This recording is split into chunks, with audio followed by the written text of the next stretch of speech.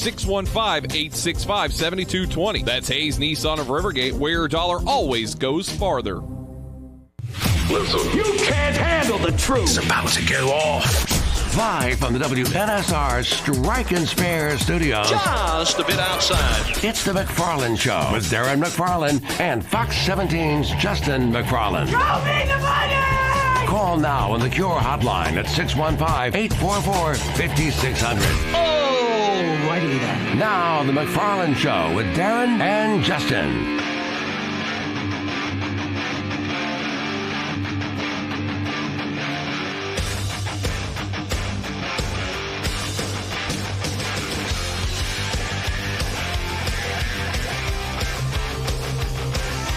And a good Tuesday afternoon to you. And yes, welcome into the McFarland Show here on WNSR. Darren McFarland and Justin McFarland. Hey! Hello. Good to be here. Thank you so much. 3 days off and now back in the saddle. Good thing nothing happened while you were Oh, gone. it's rather peaceful. It's very, very quiet here in these parts. I think the Vols had a week off. It certainly seemed like it from the final score. Titans got a win in the bye week. I saw that, and you know, I've got thoughts on that game as well. Even though I haven't seen the game in full, I've been watching the game in pieces, and you know, all kinds of other things. Just trying to get replugged in here, you know, it's really, really something. But anyway, Darren, continue. I'm sorry, I don't want to start off. On I'm just being sarcastic. Yeah. No, I got you. No, I know it's, you know. There's an NFL trade deadline today. Yeah. Players are getting shipped all over the place. It's total chaos. You know what? Total chaos. I'm actually proud of the National Football League. I'm proud because for a long, long time, they have honestly had the weakest trade deadline going out. I mean, the most uneventful trade deadline of any of the professional sports. Yes. I mean, it's not even been close over the years. True? True. I mean, it's come and gone. It's like if you got, one offensive guard traded, it's like it's been like a backup. Whoop-de-doo. It's been like a backup defensive back traded for a 5th round pick in a draft 3 years from now. The 7th offensive lineman for the Carolina Panthers shipped to Green Bay. Yes. Whoop-de-doo. That's been it. Not the case anymore. I am proud of the NFL.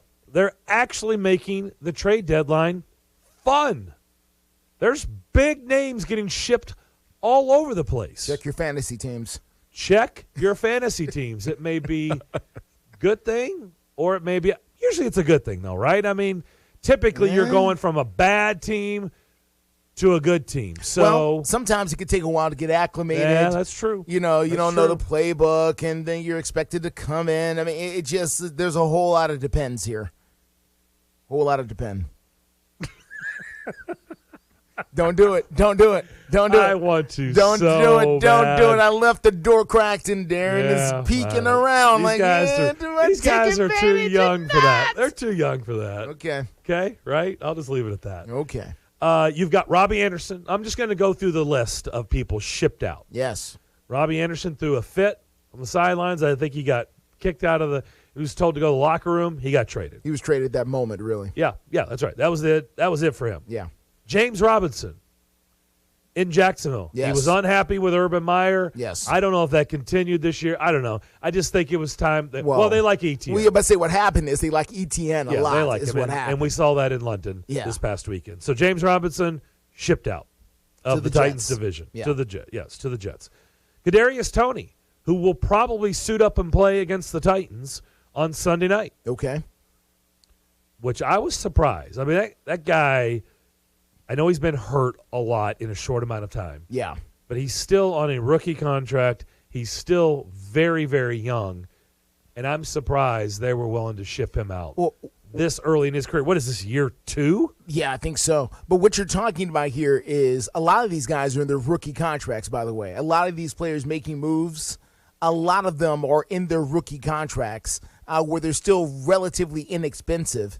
And I think some teams have made some business decisions that we're not going to re-sign these guys anyway, so we might as well get something for them instead of just letting them walk like it's the old school thinking that used to happen all over the league. Yeah, it's true. And they're getting more guaranteed money, right? Which they never Yes. got. It was when I used to have conversations with Floyd Reese when he was the general manager of the Titans.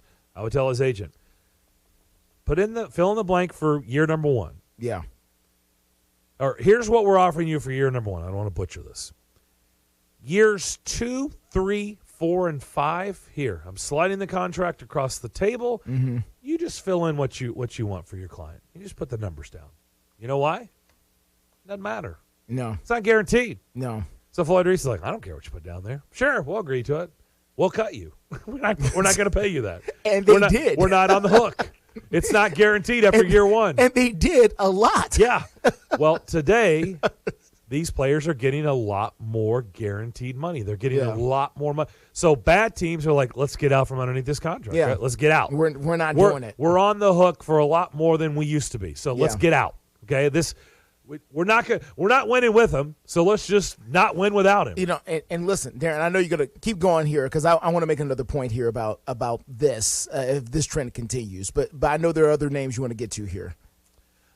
So I said Kadarius Toney is now with the Chiefs. Yes. Robert Quinn, your beloved Bears, he's gone. Team of my childhood, the Chicago What do you have? Bears. 18 and a half sacks last year? Gone. He gone.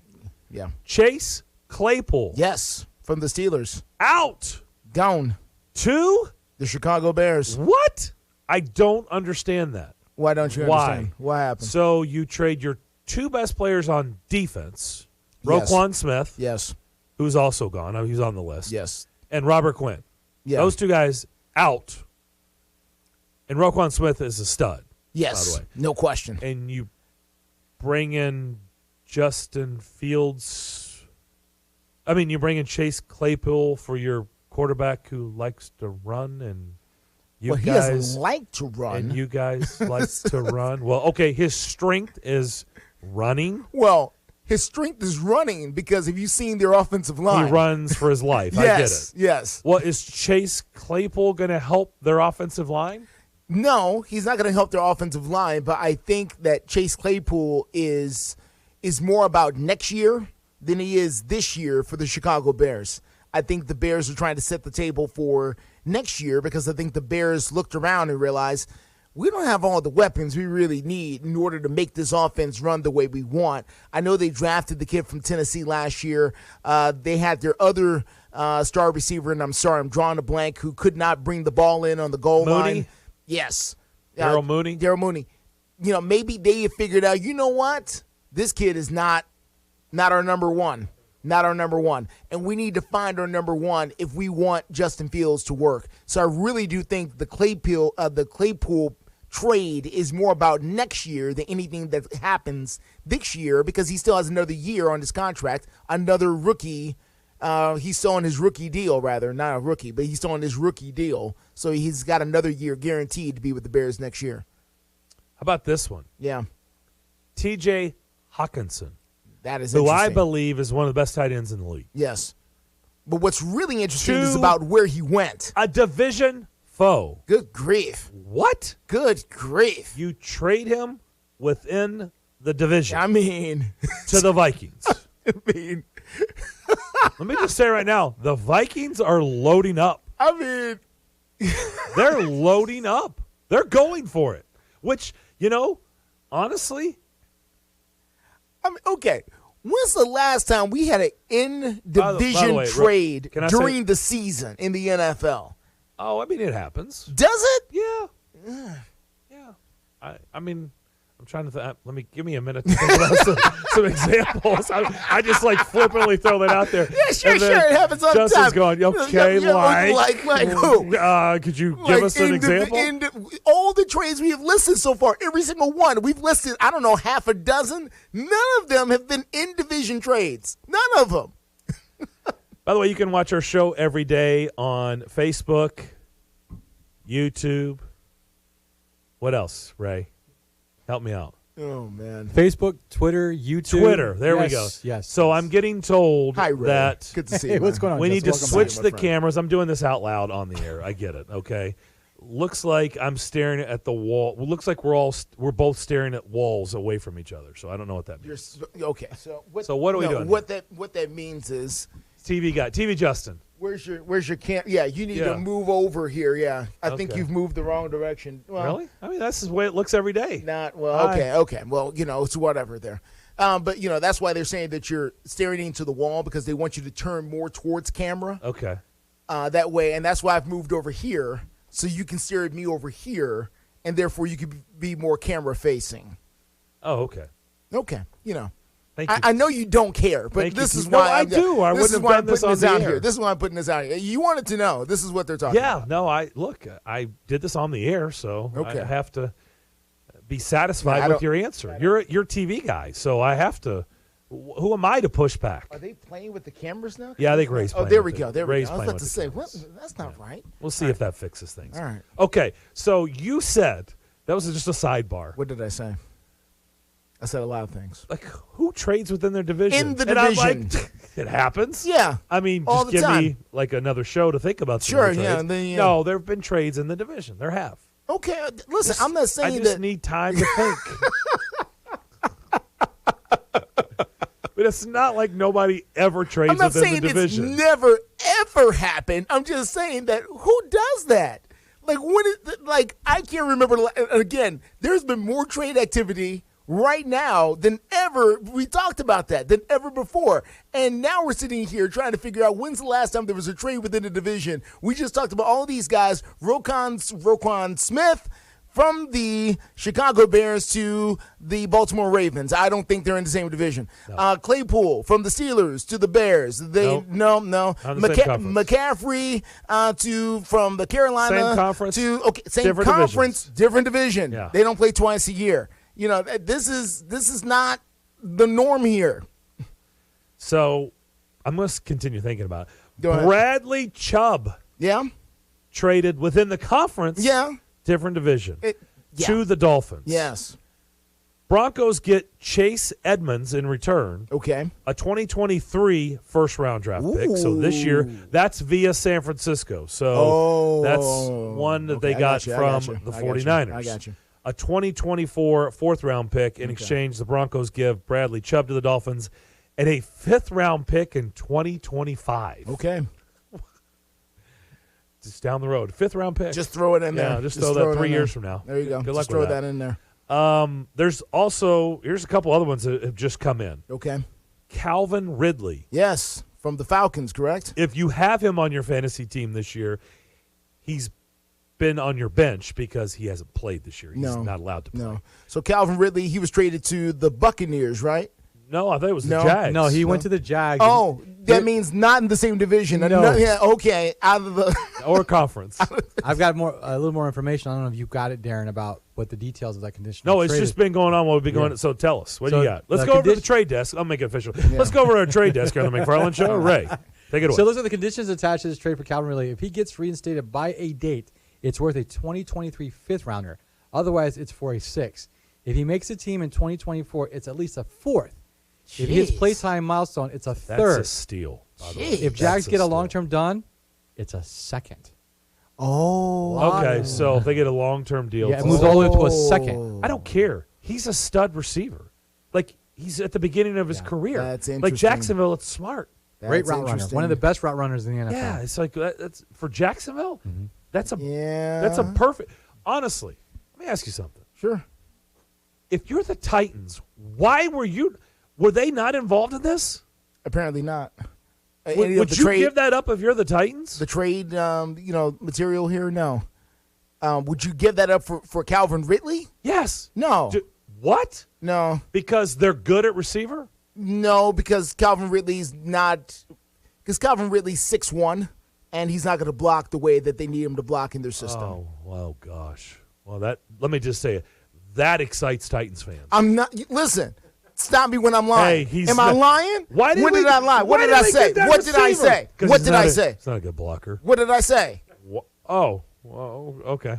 Did I say something wrong? No. Okay, then you asked me why he wasn't here. I'm telling you. I know. And Titans fans just slammed a brick down on the ground and broke in half. Listen, they could be mad all they want to. The team has what they want, and what they look for in wide receiver, okay? They don't – do we have a 6'1" wide receiver on the – listen, we had a guy, remember Khalif Raymond? caught the touchdown passes, a streaker. Where's he at? Is he on the team? Nah, he's not on the team. You're talking about interdivision trades. So yes. There's one team in question in our division that's actually got a receiver available right now in Brandon Cooks. There's no chance he's coming to the Titans because apparently he won't block the way the Titans team as well. So I mean, I'm not saying that. I don't know, but I'm just saying that I think Brandon Cook and Calvin Ridley are two very different receivers. I think Brandon Cooks is the more established. Well, first, yeah, he's way more established, but I think he's looking for something a little different than what the Titans are going to be offering as far as coming in and going to work. Well, the Texans, you talking Brandon Cooks? Yeah, they're saying they want a second-round pick. Honestly, I'm not giving him a second-round pick. If not for I'd give it up for Calvin Ridley. No. So again, Brandon Cooks is I want you to repeat that, right? Again, give me the terms that the Falcons and the Jags came to agreements. So the conditions were, as I said earlier, if he gets reinstated by a certain date, it's worth a 2023. Well, what is the date? It just says it's reinstated by a date. Like I guess he will this year. I guess maybe are they just saying if he gets reinstated, which he will? Yeah, this season because apparently now. I don't know about this season, but I mean he back into the league. Yeah, he will. But they're saying by a date, it's worth a 2023 fifth rounder. Okay. Otherwise, right now it's a conditional 6. Right now, okay. Right now it's a 6th rounder. Okay. If he makes the team in 2024, so if they kicked him out of the league and just said you're done, which they're not going to, they would still get a 6th round. They would get a 6th round pick okay. for him. Yes. Okay. If he makes a team the following year in 2024, it's at least a 4th rounder. If he hits playtime milestone, it's a 3rd.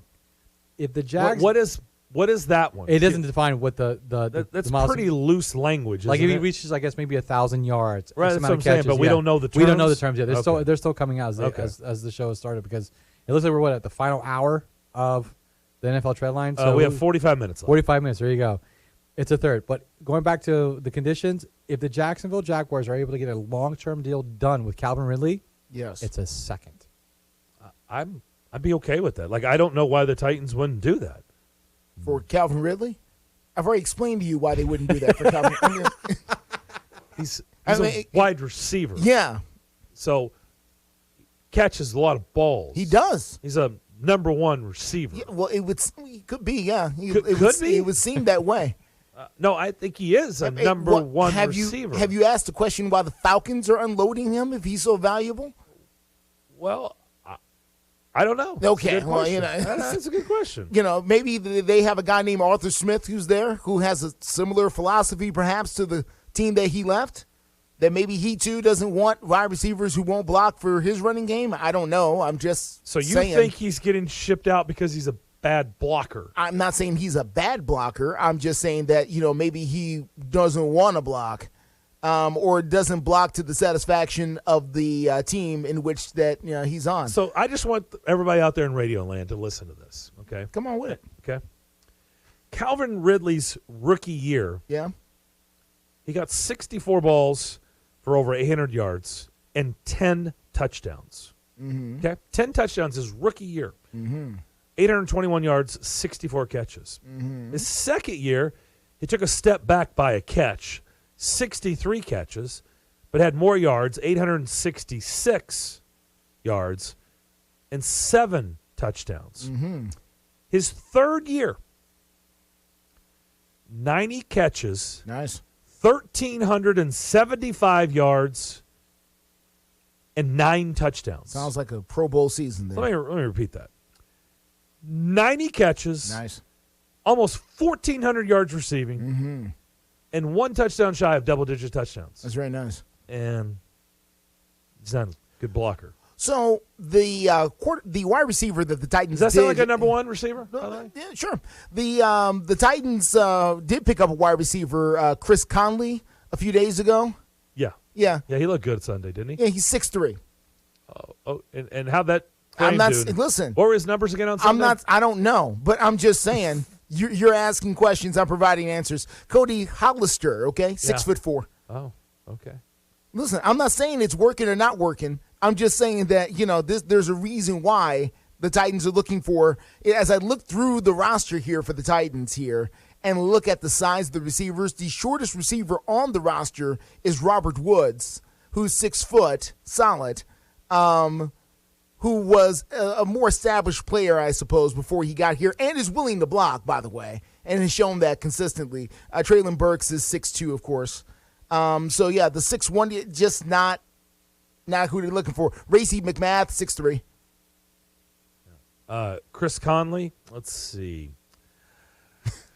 0 targets. Yeah. 0 catches. Yeah. 0 yards. 0 touchdowns. Listen, you can, that's but cool. Hey, 6'4". That's awesome. Listen. That is awesome. This is Are they going to do a hoop it up? Maybe he can play. Titans could have a hoop it up team. He all can I'm play saying basketball is for him. there's a philosophy, and typically, that's not who they want. And if that's right, it's right, and if it's wrong, it's wrong. But I'm just saying this is my choice. By the way, there's a lot of rumors about linking the Packers with Brandon Cooks right now. Makes sense. But it seems like the second round, one of the hiccups here is apparently the Texans have been speaking to a ton of teams, but the biggest hiccup there is the fact that he is guaranteed $18 million this year, which has been a major kind of a move. problem. So That's kind of right now, it seems like if Houston wants to make a move, they want the second round pick. They would have to probably take a hit on that. Well, yeah, they'd have to pay a lot. Of course they would. Yeah. Other than that, you're not going to get the second rounder, and No, someone's going to no coop that chance. $18 million. Nobody's taking that rest Unless of you're that the contract. Bears. Unless you're the Bears. Well, they got Claypool, so he must be. Yeah. Is he a blocker or is he just a receiver? I don't know if the Bears require that in their particular system. Yeah. How's that offense been working? The Bears offense? Yeah. Well, they scored 29 points Yes. the other night. They were on fire. That was pretty good. Yeah. They lost by 20 points still. But, the offense looked, I can't wait for the rankings tomorrow. the offense looked pretty good. It's what it is. They traded away their best players. They on did. Defense, They so, did. They yeah. two. Yeah. Their two best Yeah. players on Yeah. defense. Yeah. Yes, one of which cried when the other one was being traded. So it kind of lets you know how that situation's going up there, which is why they kind of had to move on.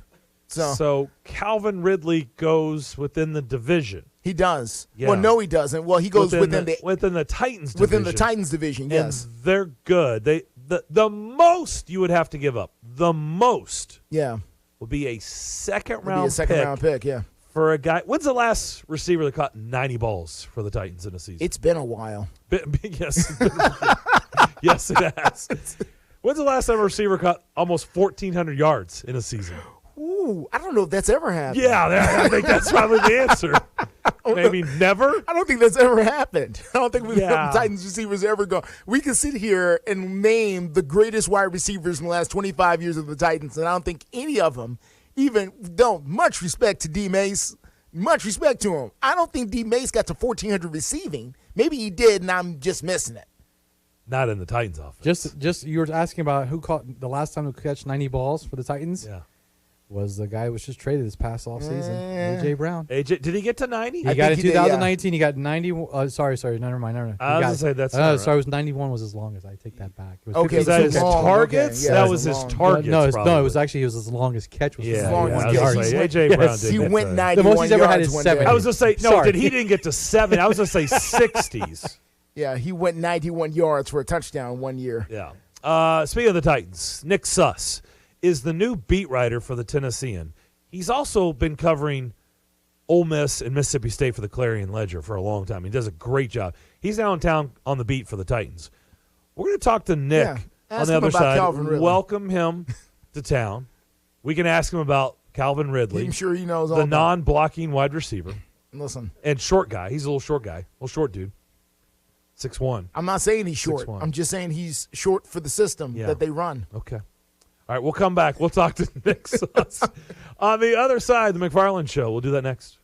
Now's the perfect time to download FanDuel, America's #1 sportsbook. Join today to get started with $150 free bets guaranteed when you place your first $5 bet. That's free bets back if your first bet doesn't win. Sign up with the promo code GregP. FanDuel has all your favorite bets, from the money line to point spreads to player props. You can combine all of those across a variety of platforms with same-game parlays for a bigger payout. Live betting, you see a trend, something that's going on in a game, you can get updated odds on games that have already started and get you paid your winnings pays fast. All that on the app that's saved by using the promo code Greg P. All that on the app. Don't fumble your chance to get $150 in free bets, win or lose. Promo code Greg P. Make every moment more this season with FanDuel, the official sportsbook partner of the NFL. You got to be 21 and older and present in Tennessee. First online real money wager. Only $10 first deposit required. Bonus issued, non-withdrawable. Free bets that expires 14 days after receipt. Restrictions apply. See terms at sportsbook.fanduel.com. Gambling problem? Call the Tennessee Red Line 1-800-889-9789.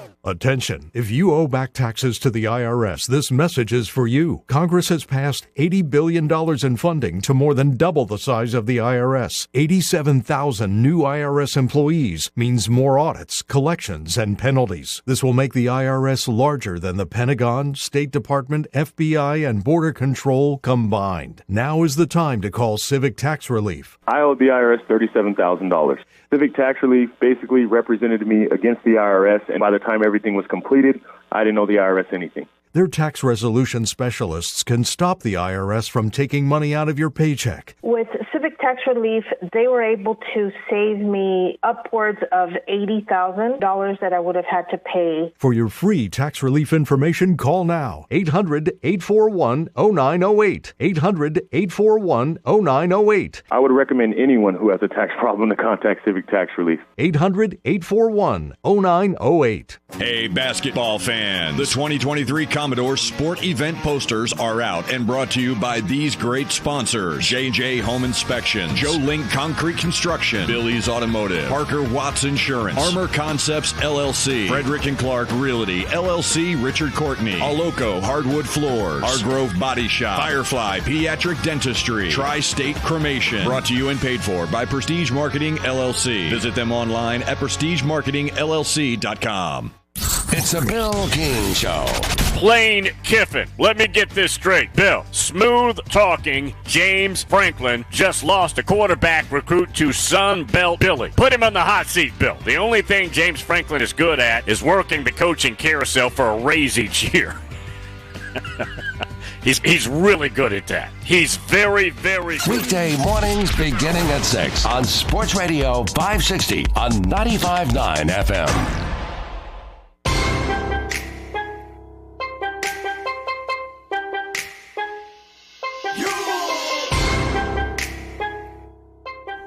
Back here on the McFarland Show here on this Tuesday afternoon. Darren and Justin McFarland. Get it? That's why it's the McFarland Show. It is. Ray is in the room with us. NFL trading deadline. About 30 minutes left. Been a lot of big trades. In fact, our next guest was traded, Justin. He was. He was traded from the Clarion Ledger to the Tennessean, and we're excited about that. He's in town now. Great deal. Nick Suss, who did a tremendous job covering Ole Miss, even Mississippi State. We would always talk about both over the years with Nick, is now in town covering the Titans. Nick, how we doing? Welcome to Nashville.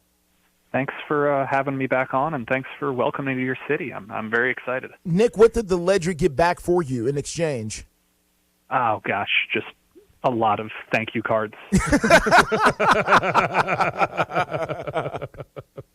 So before we delve into some Titan stuff, and I know you're fresh on all this, but I did want to ask you, because we had an interesting conversation yesterday about Brian Harsin being out at Auburn. And I keep saying, look, if Auburn wants to finally get something right, if they want to actually do something correctly, which I know is kind of laughable when you say it out loud because they've been just a hot mess for a good while.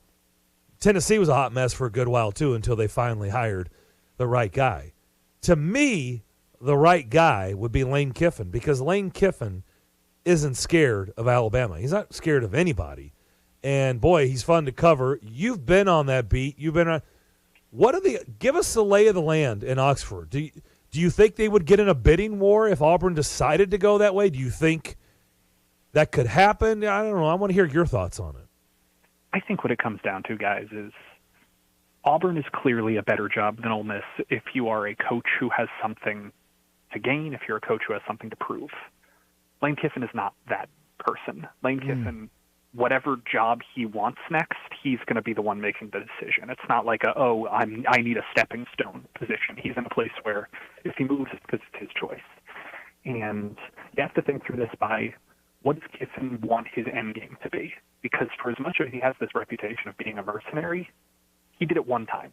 And that's more than most people, so you get the reputation for doing it once. But everywhere else he's left, he's either been fired from or took the job that was clearly better. He's not the guy who jumps and moves laterally and all that stuff as much as people think he is.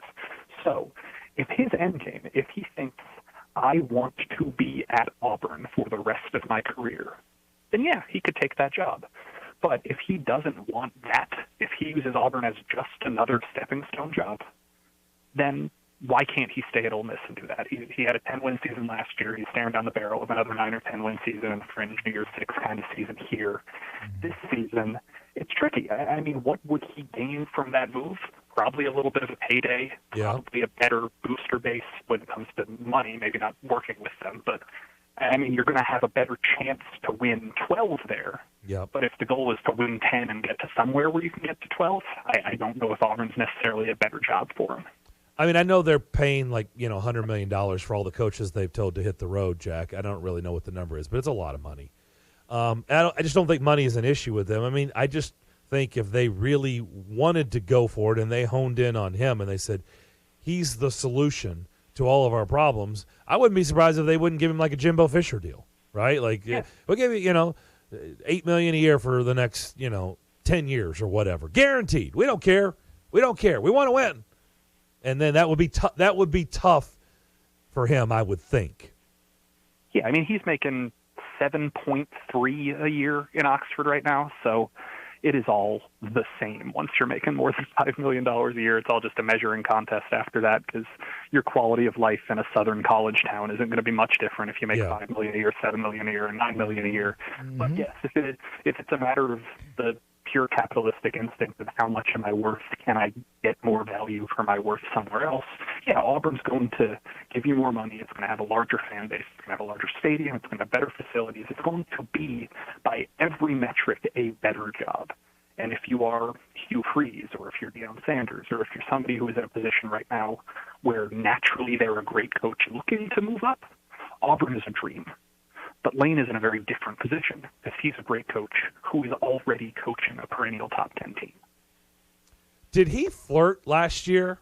There was some big openings. We know LSU was open. I mean, was he seriously flirting last year? I feel like Lane's always flirting, but was he flirting last year with other big boy jobs? Had Miami considered anyone other than Mario Cristobal, I think Lane would have taken that one in a heartbeat. The other ones, those are softer flirts. LSU. He's going to sleep in Nebraska, but I don't know.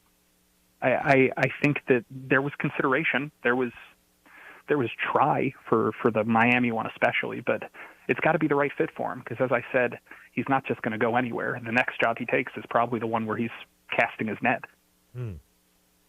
I don't know if anybody goes that way in college football anymore. He's not that old. No, he's not.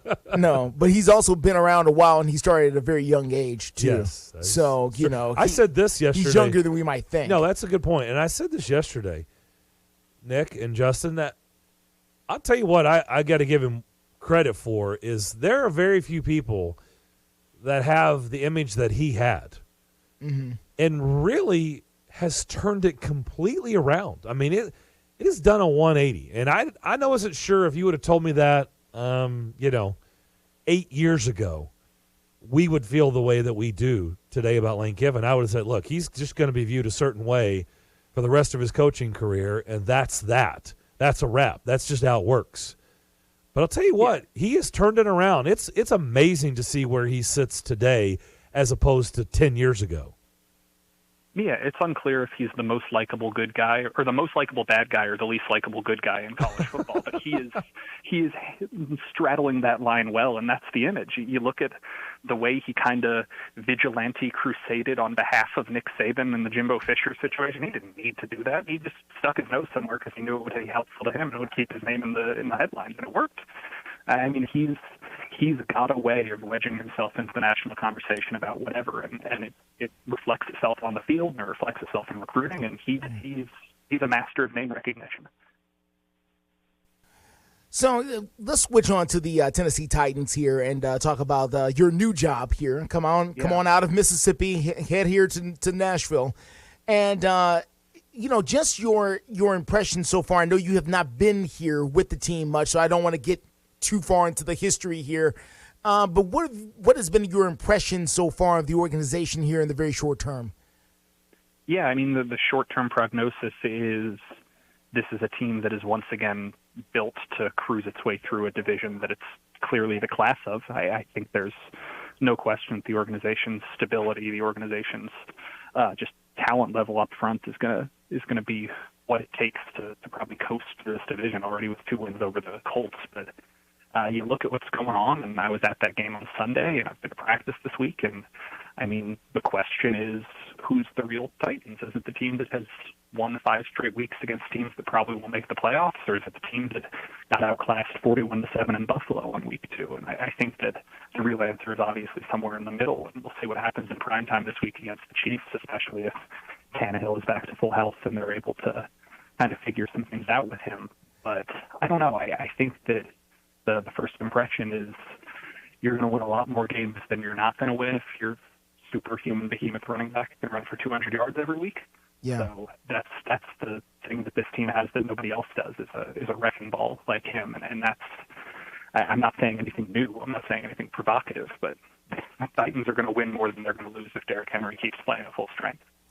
You have watched a ton of college football, obviously, through your other work, and now you're watching here on the NFL level. Your thoughts with that lens that you have now on Malik Willis in his first game and what you saw out of a quarterback that was clearly very gifted and talented at Liberty, but clearly also playing the Houston Texans is not the same thing as playing the competition there at Liberty. Yeah, I'll actually compare it to the last time I watched Malik Willis play, which I covered. Liberty played Ole Miss last year, and Malik Willis in that game came in with all of this hype. There were, I think, 26 NFL teams in the stands to watch Malik Willis versus Matt Corral, and the talent level Ole Miss had just completely suffocated what Liberty had, and he ended up on the back of his feet a lot, was late on throws and was also rushing situations, run, read, and run, late on throws, the same stuff you saw Sunday in Houston, where he was late on throws. He didn't necessarily seem certain of when it was time to tuck and run. He was pretty indecisive. You can see the athleticism. You can see the twitchiness. He's a shifty guy. He's got a lot of that God-given talent that's going to make him somebody who can stick it out in the NFL, but he's just not fully cooked yet. I mean, you can tell that there is some development, and now that he has these game reps, he's going to, keep developing. He knows the speed. He knows what to expect, but again, you look at some of the mistakes he made, it was a lot of processing stuff. It felt like he was a half second late, a full second late on some of his throws, and the margin for error in the NFL is just so much smaller. You can be a half second late and still throw somebody open at Liberty if you're playing an independent group of 5 schedule, but it's a lot tougher to do that week in, week out in the NFL, and the natural traits probably need to be refined a little bit more. Is there, and this is something I'm really interested in hearing what you have to say, especially on this point here. Is it a situation where they are trying to make him something that perhaps he's not, or is it a situation where they're just trying to refine the skills that are already there? And there's a difference between the two.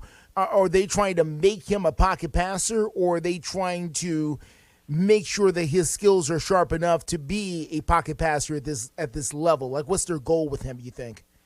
Yeah, I'm not going to speculate too far. I've been here 3 days, but I will say I will say that the best players and the best teams in the NFL take the talents they have and take advantage of them. It's less about trying to make a player fit a scheme, and it's about making the scheme fit the players. And you've seen that when Malik Willis has been in. The offense is slightly different. Now it's different if it's the preseason or if it's that week 2 game against the Bills when he has to come in, where you're putting him in for a package, you're putting him in for a quarter, you're testing what you have. When it's a full game, they did what it took to win, and that meant handing the ball to Derrick Henry 32 times. But when he's been able to be in by plan, when it hasn't been a necessity situation, they've fit to his talents. They've said, let's kind of reconfigure this offense so that Malik Willis can thrive. And that's not as simple as just, call some RPOs, call some read options. If you look at the way the Baltimore Ravens, for example, have completely reconfigured their entire offensive strategy, their roster, from the offensive linemen to the running backs, who can play the strategy Lamar Jackson likes to play, what the Los Angeles Chargers have done with Justin Herbert, Josh Allen being a great example, obviously, in Buffalo. You fit your personnel to what your quarterback likes to do, and the Titans have fit this personnel to Ryan Tannehill and Derrick Henry. So it's not just about scheme. It's not just about, is Malik Willis playing with Tannehill's plays? It's this roster is built to win a certain way. And if the plan is to build yourself to win with Malik Willis in the future, that doesn't just mean changing the play style. That doesn't just mean having a different strategy and different play calling. It means completely reconfiguring who the receivers are, who the running backs are, who the offensive linemen are, what formations you run, what your philosophy is on first down, what your philosophy is on third down. There's a lot more than just, are you going to run more option plays? And Sunday, you saw that wasn't Malik Willis's offense, not just by play calling, but by who was around him. He was not in the position to be like, okay, now I am QB1, I'm going to do things my way. He was much more a renter than a buyer. Nick, we're looking forward to talking to you throughout the course of the season. Again, welcome to town, and keep up the good work, and we'll talk to you soon. Thanks, Nick. Yeah, thanks for having me on, guys. That is Nick Suss. He is the new Titans beat writer for the Tennessean. Like I said, I've been talking to him over the years, the Clarion Ledger down in Mississippi, and covering Ole Miss and even Mississippi State, all things Mississippi down there. And He's a thoughtful guy. Yeah, I can tell just first impression, like, wow, okay. The first time I ever talked to him was at the SEC basketball tournament in the arena on the radio show live, and I was just blown away by him. That was many, many, many years ago, and I've made a point to anything to deal with Ole Miss or Mississippi State, we're going to Nick Suss. That's the guy. No doubt about it. Now he's in town covering the Titans. All right, we'll step away. We'll come back. More of the McFarland Show on the other side. WNSR, Nashville Sports Radio. Prescription products require an online consultation with a healthcare provider who will determine if a prescription is appropriate. Restrictions apply. See website for full details and important safety information. Subscription required. Refund available for 60 days after purchase. Hey guys, did you know there's a generic form of Viagra that works just the same but is 90% cheaper? And you can get it online? Just go to 4hims.com/joy. At Hims, you'll get a free medical consultation, discreet shipping if prescribed, a 100% online process, and trusted generic alternatives to the biggest brands at 90% off. That's right, get generic for Viagra, the same active ingredient as brand name Viagra, but 90% cheaper. It's the same medication you get from your doctor, but with zero copay, no expensive appointments, and no awkward face-to-face conversations. Results are guaranteed or your money back. To start your free online visit, you need to go to this exclusive address, 4hims.com/joy. That's 4hims.com/joy for your free online visit. FORHIMS.com/JOY. Are you over 50? Would you like to get up to 33% more income in retirement? Then call now for this free book, Annuity Do's and Don'ts for Baby Boomers, from a leading financial firm on maximizing your income in retirement. That's right, free. This free book reveals little-known truths about annuities in simple-to-understand terms that will help you make the right choices before buying an annuity. And it's free. As a bonus, we'll also throw in a free annuity rate report summarizing the rates and benefits from financially strong insurers. Call 800-715-9880. That's right, Annuity Do's and Don'ts for Baby Boomers and Annuity Rate Report, both absolutely free for calling today.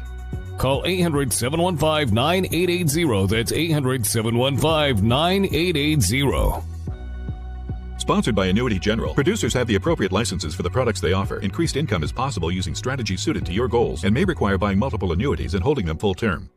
Lieutenant, can you tell us what happened today? Our officers responded to a crash on I-40 westbound this morning. The driver of a pickup truck lost control of the vehicle, veered left, and went into a ditch. 911, what's your emergency?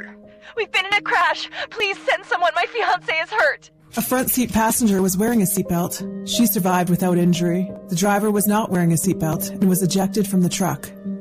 He died at the scene. Law enforcement writes tickets to save lives. Brought to you by the Tennessee Highway Safety Office. Five-State Forecast. Your exclusive national sports radio, WNSR Sky Scan Forecast. Today's going to be mostly sunny, high 74. partly to mostly cloudy tonight, low 52. For Wednesday, a partly sunny day with a high of 74. Sunny Thursday. Utilizing the resources of the Weatherbug Network on National Sports Radio, I'm WNSR's meteorologist, Jim Rinaldi. Sports Radio WNSR.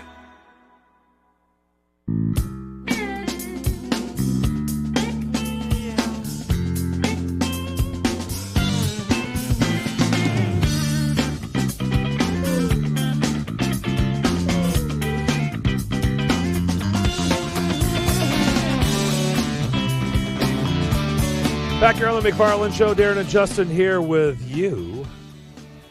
Be careful on Twitter. If you don't see that blue check mark or you don't click on there first, you may get caught. Get caught doing what? Fake news. Fake news? Yeah. Well, you can't depend on the blue check mark because the blue check marks are going away. Yeah, it is true. Well, they haven't done that in a good while. So basically, anybody's blue check marked, I think it's been from things in the past because I think they went away from all that. I've got my blue check mark earlier this year. Oh, really? Yeah. Okay. No, they're still giving them out, but Twitter's under new ownership. Elon Musk, who of course owns Tesla, has just bought Twitter, and the word is they're going to make people start paying $19.99 a month to have your blue check mark if you want it. So everyone can get a check mark, I believe, but you have to pay for it. Not everyone. Well, that's not my understanding, but that could be the case. They're still talking about rolling out a more premium package for Twitter, but they're going to start making you pay for your blue check mark. They just haven't rolled it out yet. This is coming soon. $20 a month? Yeah. Yeah, pass. Probably. That's a hard. I'm not It's a hard pass. Yeah, I'm not going to pay.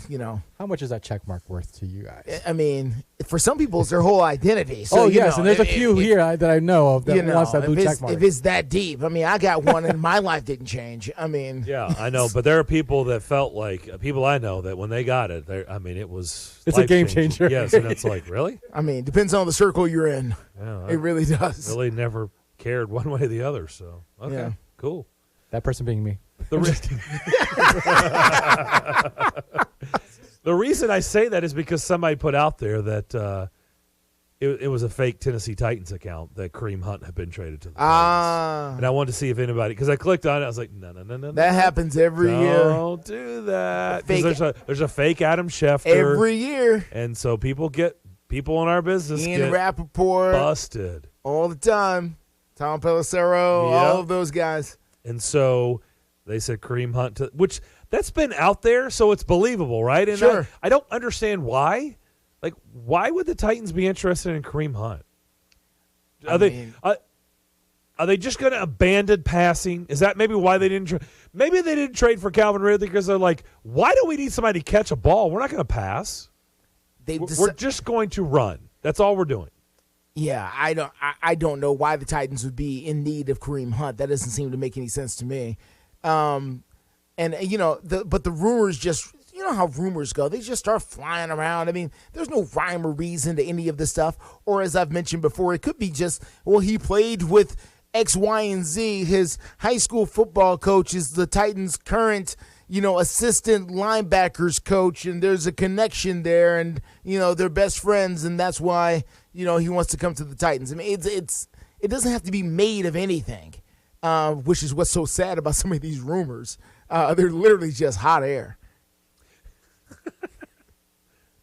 I like that you've come back speaking your mind. What happened? I like it. Okay.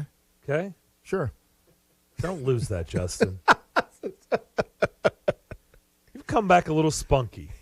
Full savage mode. Yeah, actually. I'm okay with that. Spunky, I'm savage. I'm just saying, out here just making stuff up. I think we're going to start calling him Radio Justin. I mean, he's taking the tie off, and I like it. Sleeves are rolled up. Just making stuff up.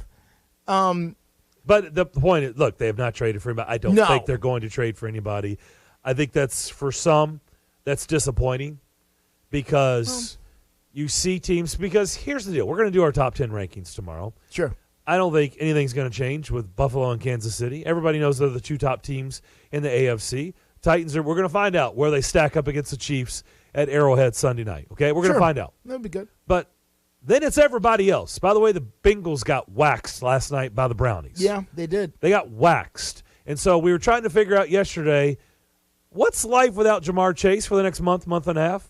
Oh, we found out. Is this what life's going to be like without? They may have to find some other Jamar ways Chase? to get it done. Well, it's going to be a growing process for them. I mean, the Titans had to go through it last year with life without Derrick Henry for 8 or 9 weeks. The Bengals are going to have to figure it out. And if Joe Burrow is Joe Burrow, if he's really Joe Burrow, then he should be able to find a way to get it done without Chase. Because, like we've talked about before, the opportunity to hold on to both of those guys on this same roster long term is, slim to none because of the salaries that both of them are going to command at some point. Both of them are on their rookie contract. So unless you're going to tie up a significant part of your salary cap with Chase and Burrow, chances are you're going to have life without one of them at some point anyway. So they may want to try to find out how to survive without each other pretty soon because they're not going to be able to stick and stay forever like this. No, the point was it feels like it's everybody else, and it's just open to interpretation, right? Yeah, it just feels that way. You're going to say a group. I'm going to say a group. Ray would have his group, and my guess is we probably have a different order, right? Yeah. So the point is a lot of fans probably go, well, Baltimore's in that group with the Titans. Sure. They're in that group of everybody after Kansas City and Buffalo. They're in the next tier. Yeah. Right? Well, what do? They went out and traded for Roquan Smith, who happens to be a stud linebacker. He is. So they weren't scared to trade.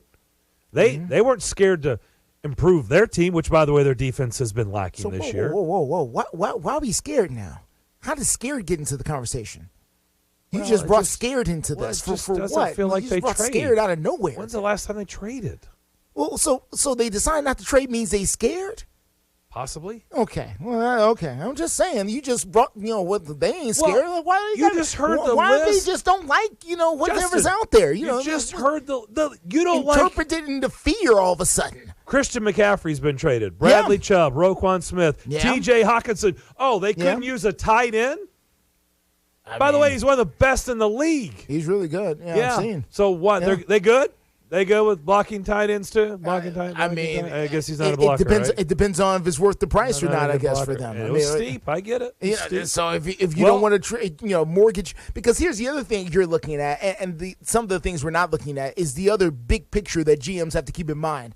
GMs know where the contracts are going to end and what they're going to need these picks for. So, we can go get Hawkinson, and we're going to have to give up a second or third round. But, hey, I need that second or third round pick because I'm going to replace an offensive tackle next year. I got Taylor Lewan, probably not playing football for us next year. What am I going to do with that? I can't. I would love to get this new blocking tight end, but I'm going to need that pick because I got to replace, Taylor Lewan next year. I got to replace who knows who next year. Vikings sent a second rounder and a fourth rounder. Yeah. In 2020. Wait a minute. Okay. Vikings sending a 2023 second rounder and a 2024 fourth rounder for Hawkinson. Okay. For Hawkinson, and then in return they got a fourth rounder in 2023 and a fourth rounder in 2024. So basically, the second round let's just say a second round pick. Yeah, giving up the second round. Again, Calvin Ridley, T.J. Hawkinson. Yeah. Is that worth a second round pick? Productive players. The thing about it is, are they a number one receiver and first a number of all, one tight end? Are they productive players? Of course, they're productive players. No one's going to argue they're not productive. The only thing about it is, are they worth the price to your organization? That is the real question. Not are they good? Of course, they're good. The question is, are they worth the price of admission to have them on your team for your organization? John Robinson, has clearly decided, we like to have them, but we don't want them that bad. Because, again, May is going to get here, and this team's going to have needs. And then what are you doing next year to fix these needs? What are you doing to replace Bud Dupree? What are you doing to replace Taylor Lewan? What are you doing to replace, I don't know, they need another receiver. What are you doing here? How are they going to get these guys if you're trading for second and third rounders? What are you doing? All right, we'll come back. We'll continue the discussion and wrap up the first hour next here on the McFarland Show. Now is the perfect time to download FanDuel, America's #1 sportsbook. Join today and get started with $150 in free bets guaranteed. When you place your first $5 bet, that's a free bet back. Your first bet doesn't win. Just sign up with the promo code WNSR. FanDuel has all your favorite bets, from the money line to point spreads to player props. You can combine your bets for a chance at a bigger payout with the same game parlay. With live betting, you'll get updated odds on games that have already started. Super easy to use. Don't fumble your chance to get $150 in free bets. Win or lose with the promo code WNSR. Make every moment more this season with FanDuel, the official sportsbook partner of the NFL. You must be 21 years of age or older and present here in Tennessee. First online real money wager only. $10 first deposit required. Bonus issued, non-withdrawable. Free bets that expire in 14 days after receipt. Restrictions do apply. See terms at sportsbook.fanduel.com. Gambling problem? Call the Tennessee Red Line, 1-800-889-9789. Nashville's first curling venue is here at T-Line Nashville. Come check out T-Line Nashville and experience the world's fastest growing winter sport today. Curling is a fun and simple sport that's a perfect outing for friends, corporate events, families, or parties. T-Line also has classic bowling and modern bowling mini games. With over 20 HD TVs, you can come watch your favorite teams and some of the best food and drinks here in Nashville in the large bar and grill area. They also have an outdoor area with a fire pit, and you can't forget the live music. T-Line Nashville is a one-stop shop for a great night out. Located at 106 Duluth Avenue and online at tlinenash.com. You can book your party now or give them a call at 615-439-1024. That's 615-439-1024. And make sure you give them a follow on Instagram and Facebook at T-Line Nash for all the news, events, and updates. T-Line Nashville. Nashville's first curling venue is here. Get a taste of the tropics without ever leaving Nashville at Hawaiian Izakaya. The Heart, voted to have the best creative cocktails in Music City. Located inside Bento Living Chestnut Hill, The Heart is open for breakfast, lunch, dinner, and drinks Tuesday through Sunday, plus brunch on the weekends. Expect fresh, locally sourced shareable plates, poke, yakitori, handcrafted cocktails, and aloha vibe. Visit theheartnashville.com to view the menu and make a reservation today. It's the afternoon stretch with Zach Williams and Bruno Reagan. You know what the Mets stand for? Metropolitan. Yeah, that one. Metropolitan is a flavor of ice cream, right? Neapolitan. Oh, okay. Was that real? I mean, half and half. Oh, man. You talk about throwing me off complete. My equator is gone. The afternoon stretch. The afternoon stretch with Zach Williams and Bruno Reagan.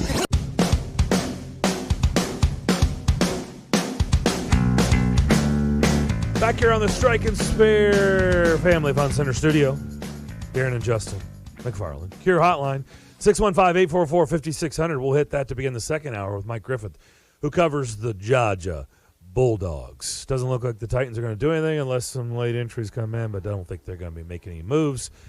But we'll talk about what is going to be the college football matchup of the year. Two top three teams getting after it on Saturday afternoon. Absolutely. In between the hedges down in Athens, Georgia. That'd be the CBS game of the week. Can Tennessee pull it off? By the way, the first college football playoff rankings come out tonight at 6 o'clock our time. That going to be interesting. 6 o'clock our time tonight. In fact, I think they're doing a show on. I think ESPN is right. Aren't they doing a show? What? Yeah, they're doing You're like kidding. a release show. ESPN doing a show around the release rankings? show? Yeah, I think so. That doesn't sound like something they would do. Yeah, I think a little birdie told me that. Okay. Don't be surprised. I won't be. I won't be. So, people think Tennessee could be number one. Do you buy that? No. No? Nah. Who's going to be one? Georgia. And Tennessee, two? 2 or 3. Ohio State might edge them out, but you know it's Tennessee 2 or 3. I mean, to me, there's no point of putting Tennessee number 1 when that whole argument's going to be settled anyway on Saturday. What's the point? Yeah, it's just for talk. Honestly, it's so we can come in tomorrow and talk about it. Can you believe it? Tennessee's number 1, or they're number 3, and we just talk about it. Because you're right. It'll take care of itself. It'll take care of itself. In like 5 days. So. Yeah. And then we'll know for sure. Yeah. That's when the real debate starts, is after this weekend. Yeah, we'll find out more about those dogs to start the second hour of the McFarland Show. That'll be next here on WNSR, Nashville Sports Radio.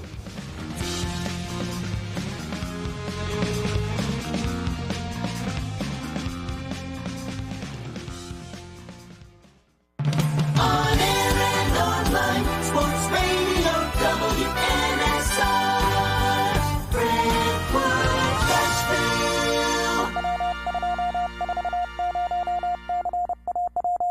ABC News, I'm Rena Roy. The surge in respiratory illnesses in children is driving up hospitalizations. Pediatric bed occupancy is above 75% nationwide. Today, Pfizer announced a potential vaccine for expectant moms to help babies fight the virus. ABC's chief medical correspondent, Dr. Jennifer Ashton, has more. What we're talking about here is this theory in immunology known as passive immunity. So that's the immune protection that a pregnant woman can transmit to her fetus in utero, which is so important because the newborn age group is very vulnerable to RSV. President Biden is in Florida ahead of next week's midterm elections. He'll deliver remarks on the economy, including ways to preserve Social Security and Medicare. A temporary block on the handover order of former President Trump's tax returns to a House committee. Chief Justice John Roberts issued the hold to allow the High Court to weigh whether to take up Trump's emergency request. This is ABC News.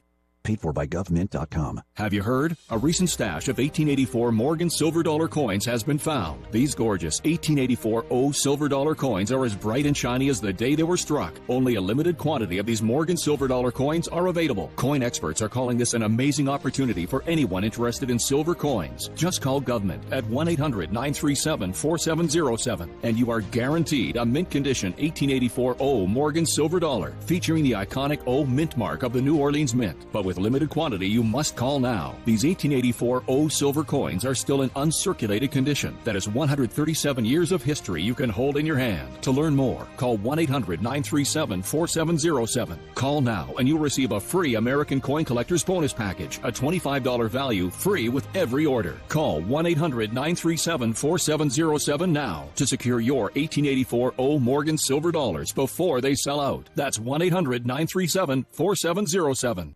Located at 5410 Murfreesboro Road in the heart of Laverne, City Slickers is one-stop shopping for all your liquor, beer, and wine needs and has been a multiple winner annually in the Best of Rutherford County voting for Best Liquor Store and Top Wine Shop. Featuring the lowest prices, the best customer service with unsurpassed knowledge, City Slickers offers the largest craft beer selection in Rutherford and southeastern Davidson counties and has beer on tap at its Growler filling station. City Slickers also sells mixers, sodas, snacks, tobacco products, and the Tennessee Lottery, and can place special orders and assist with all your events and even wedding planning. Make sure you follow City Slickers on all their social media or just give them a call at 615-280-7469. That's 615-280-7469. Located in the heart of Laverne, City Slickers. Listen, you can't handle the truth. It's about to go off. Live from the WNSR Strike and Spare studios. Just a bit outside. Now back to the McFarland Show with Darren McFarland and Fox 17's Justin McFarland. Show me the money! Call now on the Cure Hotline at 615-844-5600. Oh, righty then. Now the McFarland Show with Darren and Justin. Second hour here on this Tuesday afternoon. Let's head down to Georgia. Let's bring in Mike Griffith at Mike Griffith 32 on Twitter. He covers the dogs for Dog Nation, SEC Network, AGC, Atlanta Journal-Constitution. In fact, he's going into the Lions Den in about 15 minutes. But he's very familiar with that market because he used to work in that market, and the Lions Den is Knoxville. He's going on Knoxville radio at about 15 minutes from now. Okay. That'll be interesting. I don't think he's worried about it. I don't think he is either. Mike, how you doing? I'm doing great, guys. Thanks. you know the lay of the land in Knoxville, right? So I mean, you know what you're doing. You know what you're signing up for. It's a great look. It's great times, man. I mean, Rocky Top is rolling. I mean, Tennessee's on fire. You look across the landscape, and all the sports here are doing tremendous. I mean, Tennessee is well positioned for the NIL. If we were playing stocks and bonds, I'd be buying on Tennessee. These are good days ahead for the program. Great leadership in place, and this is really, it kind of brings me back to when I was the beat guy here in the late '90s. I mean, this place is hot. Yep. I know. Let's just do this for radio giggles. So the first playoff rankings come out tonight. So it's really irrelevant because they're going to play each other on Saturday, and so it's all going to shake out. But just for, as I said, radio giggles, who do you think is going to be 1? Who do you think is going to be 2? Well, I'll just say that this doesn't match my poll, but I think Tennessee's going to be 1. I think they've got the best resume, and it's not a matter of who sitting around and spitballing at who we think is best and what this coach did last year, and it's strictly looking at numbers and metrics, and based on what they've done specifically this season, it should be Tennessee. And that doesn't not necessarily the eyeball test or anything. It's got to be Tennessee, and I wonder if Georgia's 2 or if Ohio State's 2, because Georgia's resume now. What we know that these people take out of the equation in their meetings is that Kirby Smart's a hell of a coach, and he's a proven commodity, and he comes out of the Nick Saban system, and he won 4 titles as an assistant with Nick, and yada yada yada. But if we're just shrinking it down to this, if we're playing jury, and the judge only allows us evidence from this year, it's got to be Tennessee. Who do you through your eyes, because you covered them last year? And by the way, I'm going to pat myself on the back. I called it before the playoffs ever started. I was like, Georgia's going to win it all. Okay. Of course, I made some nice bets with my friends that said, yeah, right. So I picked up some nice expensive bottles of bourbon off those bets. Nice. But where does this team stack up to last year's team? Coaches won't touch these questions, but we can do this on Sports Talk Radio. Like, where this team is obviously not as good as last year's team. I don't know. Maybe you'll push back on that. But where does it stack up to last year's national champions? Probably lose by 2 touchdowns. I mean, number one, they wouldn't score more than 10 points on last year's team. Last year's team had 5 first-round picks on defense. Yeah. They had 15 guys drafted. That had never happened in the history of the NFL. I mean, the guy who, like I said, 5 first-round picks, and that doesn't count the Butkus Award winner, Kobe Dean, or first overall defensive MVP of the Orange Bowl, Darian Kendrick. I mean, last year's team was stocked, and George Pickens, by the way, on offense, and J.T. Daniels, who gave you, an option at quarterback and beat Clemson in the opener, and did some, last year's team was stacked. The current running backs plus James Cook and Zamir White. The offensive line with 2 offensive NFL draftees, plus what they have now. Last year's team was a team that was supposed to win. And I asked Kirby this the other night, and I knew he wasn't going to answer it, because part of what makes Kirby so effective is the glass is never full, and it's never about what you did yesterday. There's no complacency. He says he'll reflect on it at some point. He never does. But, how does it feel versus last year when Georgia was supposed to win? Like we all say, Kirby, if he doesn't win it this year, with these guys coming back, then when is Georgia? 40 years, ha-ha. So he wins it. This team, they're not supposed to be a number 1 after losing 15 guys in an NFL draft. This is a complete reload. And that said, their schedule hasn't been real rough. And this is going to be a hell of a test, man. I don't know if Georgia – I really don't know. I know what this point spread says, but I have no idea what's going to happen Saturday. Hendon Hooker and Stetson Bennett, they both can probably rent cars, right? They probably get good insurance discounts because of their age. When you see those two, turned 25 on Friday. Well, there you go. Hooker, I guess, a couple weeks. Right? Yeah, 25. See, I was making a joke, but it's actually true. It's very true. Yeah. So, when you see these two, what do you see? Kind of give us Bennett and Hooker. What do you see in that kind of matchup? Even though they're both playing the same position, but how do you think that's going to play out? Who's going to be more effective?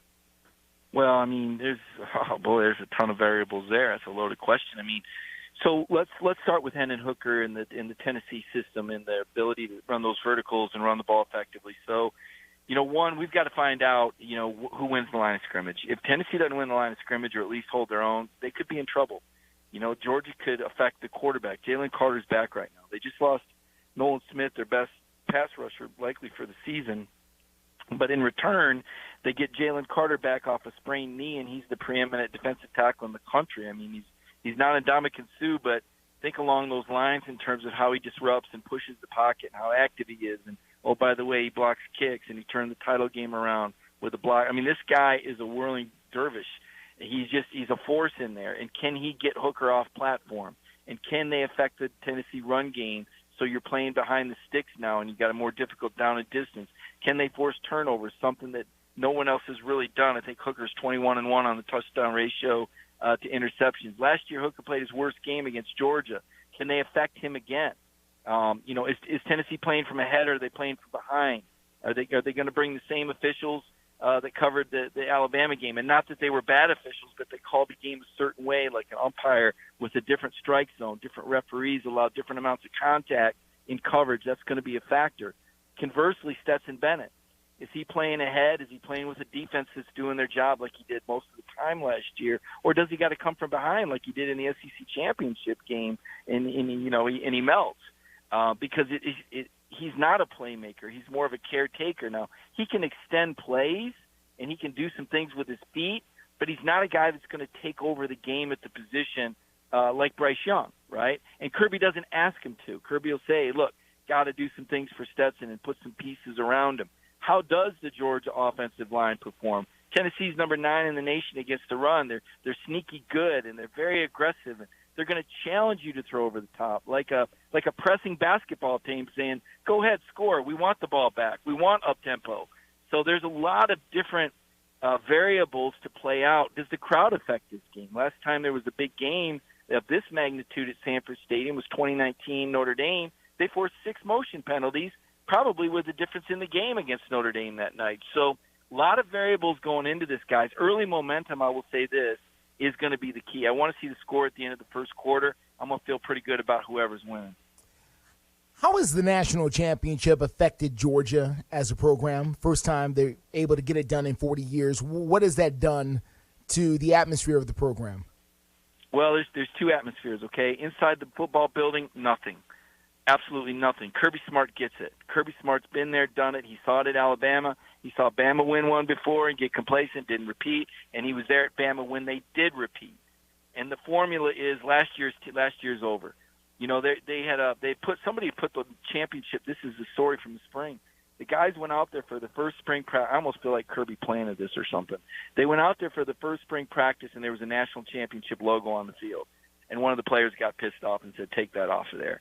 And you just know Kirby was grinning ear to ear. That's the mentality that's at Georgia. Last year's over. This year's team didn't do that.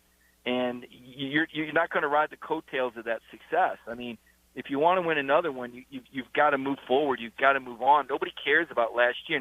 Now, outside the building, Georgia fans, all the years, the 1980 jokes and 40 years, now the Georgia fans, and, sometimes I'll do local radio and they'll go, "Can't we just celebrate being number 1? Can't we just celebrate?" I said, that's not what your head coach is doing, dude. If you want to play that game and rainbows and unicorns, there's channels for you and there's writers for you. I ain't that. I'm here to report what your head coach is saying and what the vibe is. And this team's pissed off because they haven't played their best. They gave up 17 points in the 3 consecutive possessions to Florida, and they know they haven't played their best football.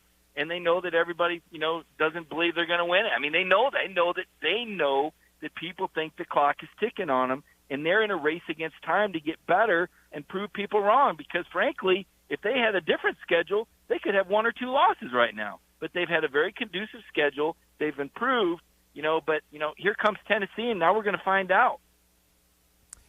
Talk to me about Tennessee as a program here very quickly and their significance to the SEC. It wasn't that long ago that Tennessee looked like they may never get back to this point. There was a lot of talk about who can come in and turn it around. They tried some of everybody, and you know all the names, sir. But this team was very close to hiring Greg Schiano at one point here. We know how that story ended up and going there.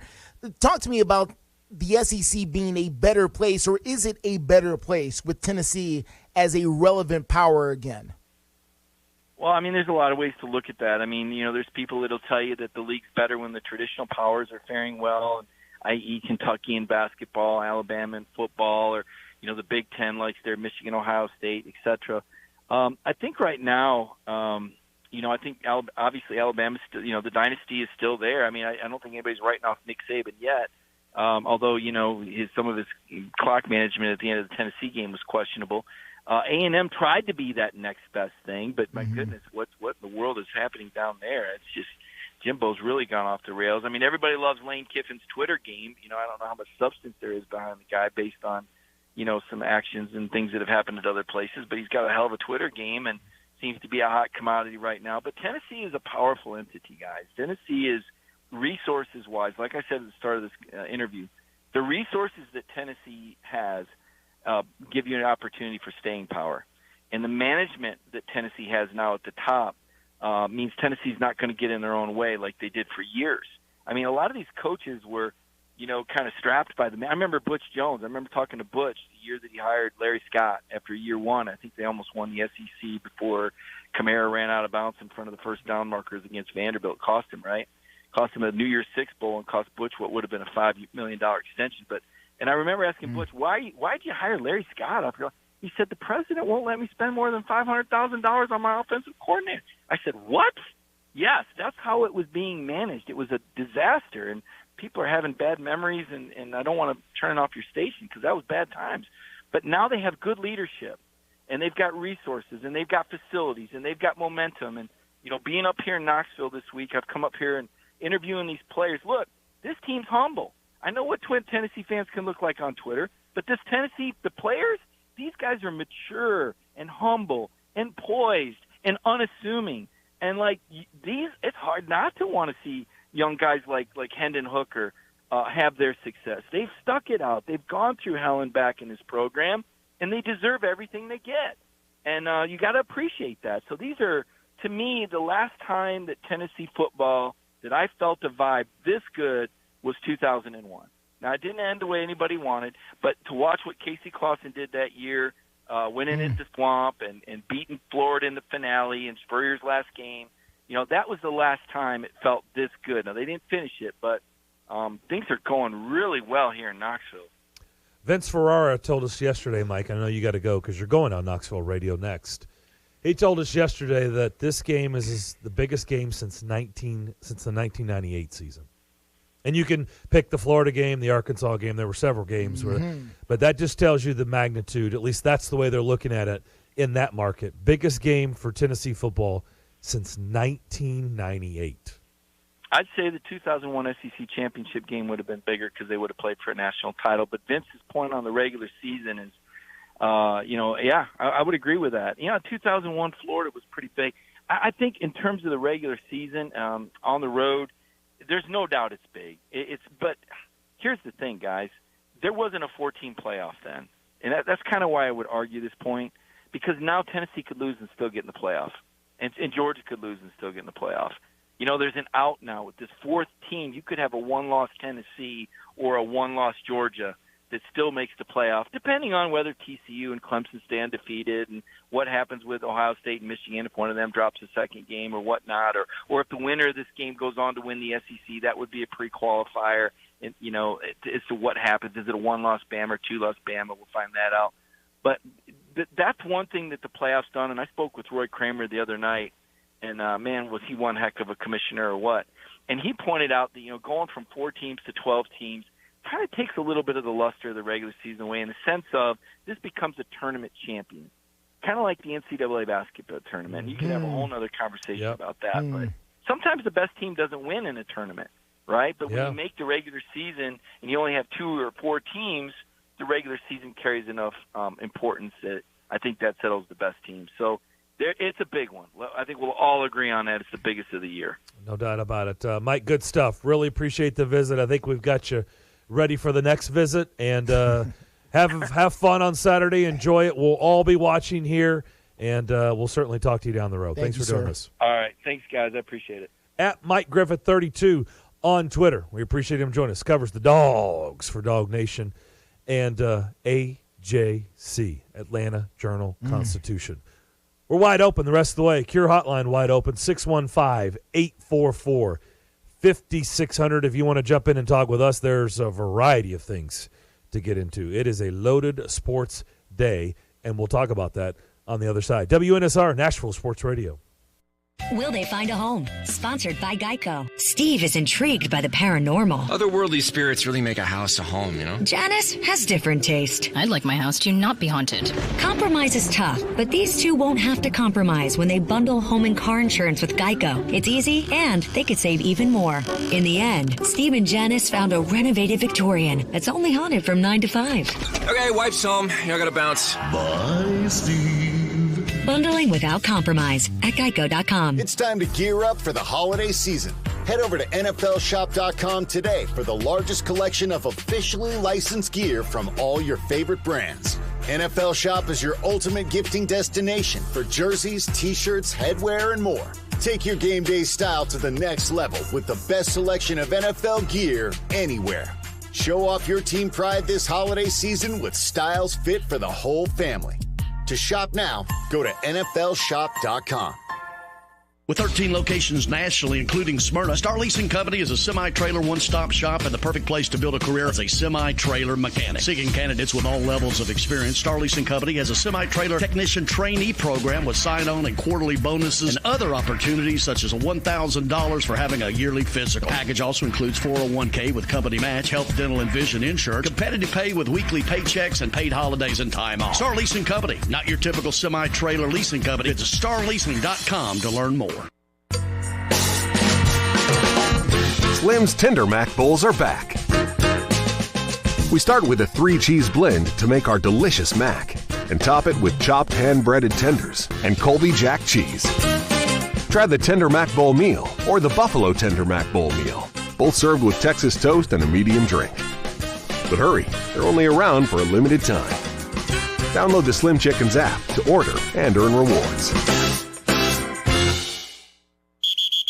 It's big Middle Tennessee. Don't miss the Grizzlies this Friday at 7 p.m. as they take on the Charlotte Hornets on Military Appreciation Day, presented by Ashley. Catch all the action, salute our troops, and arrive early. The first 10,000 fans receive a Grizzlies schedule magnet. Get hyped, get ready for a ball, and secure your tickets today by calling 901-888-HOOP or shopgrizzlies.com today.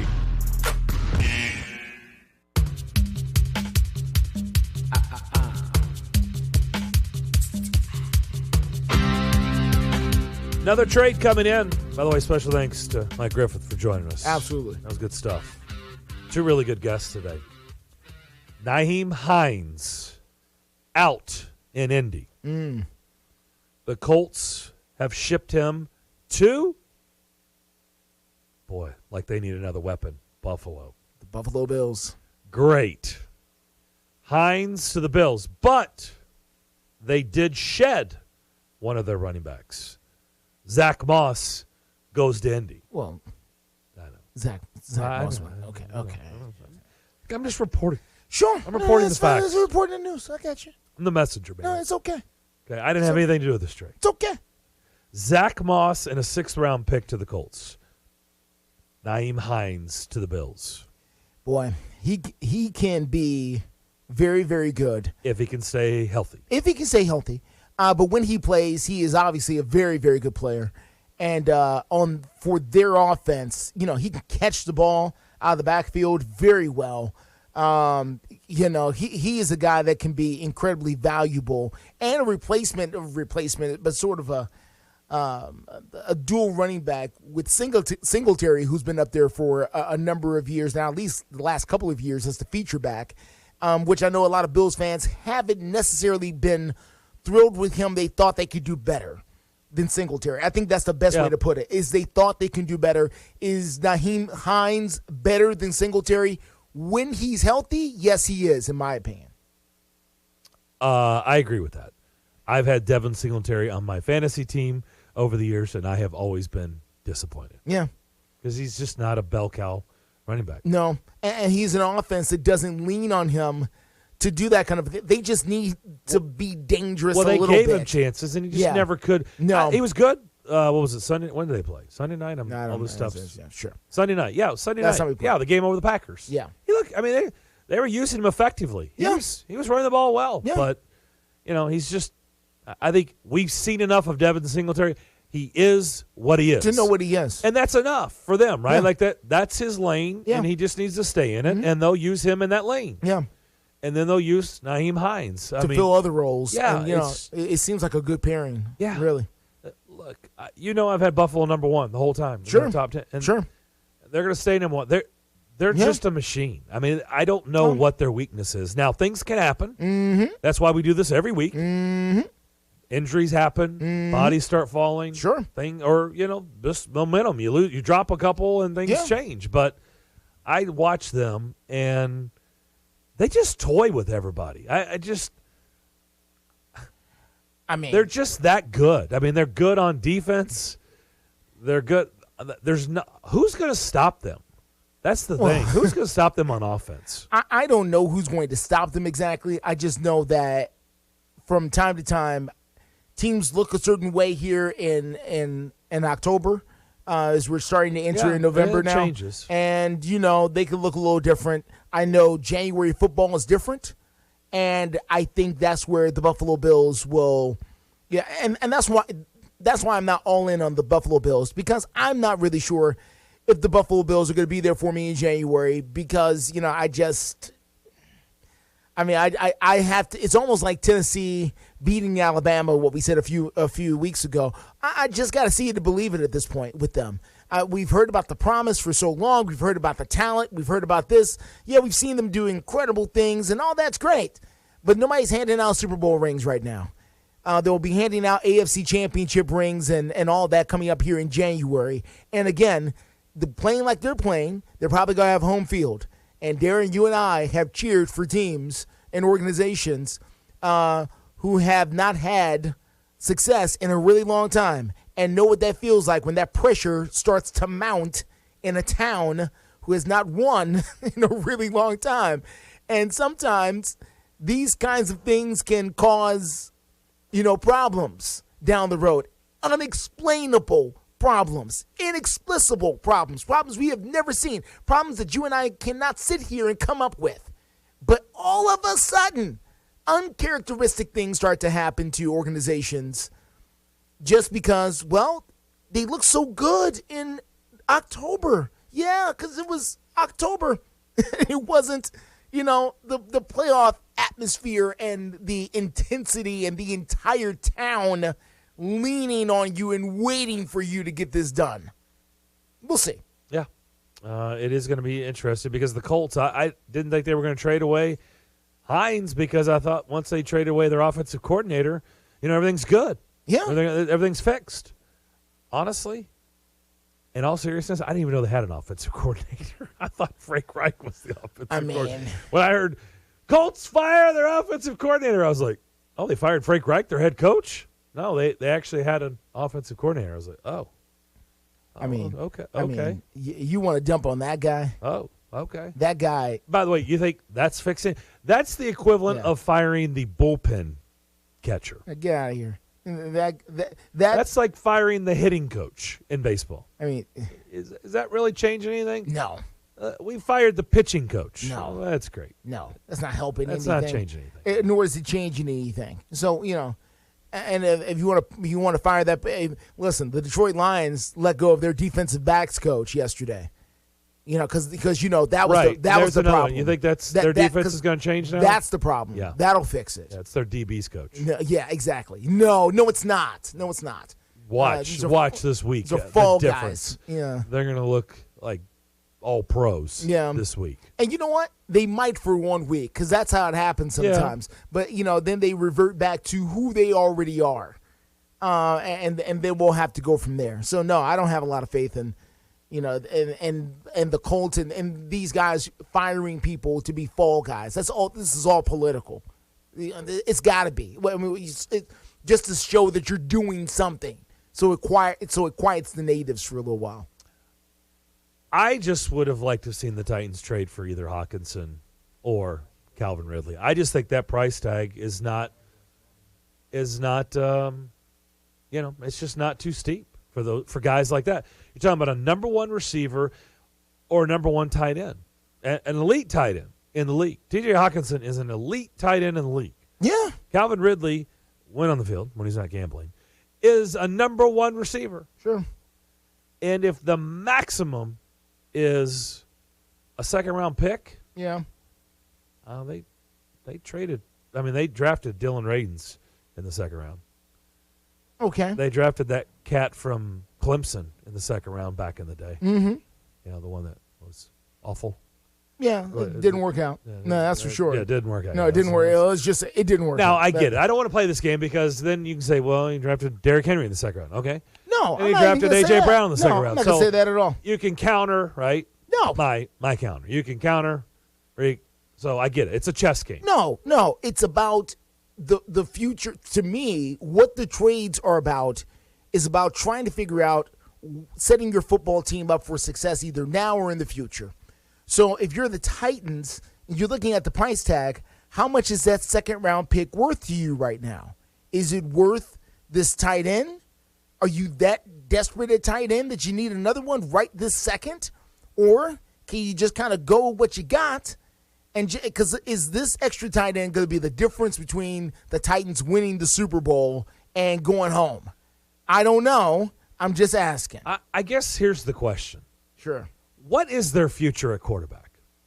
What is this organization going to do at that position? That's a whole other thing. Well, because do you think Malik Willis is the future? Do you think the future is not here yet? I don't know.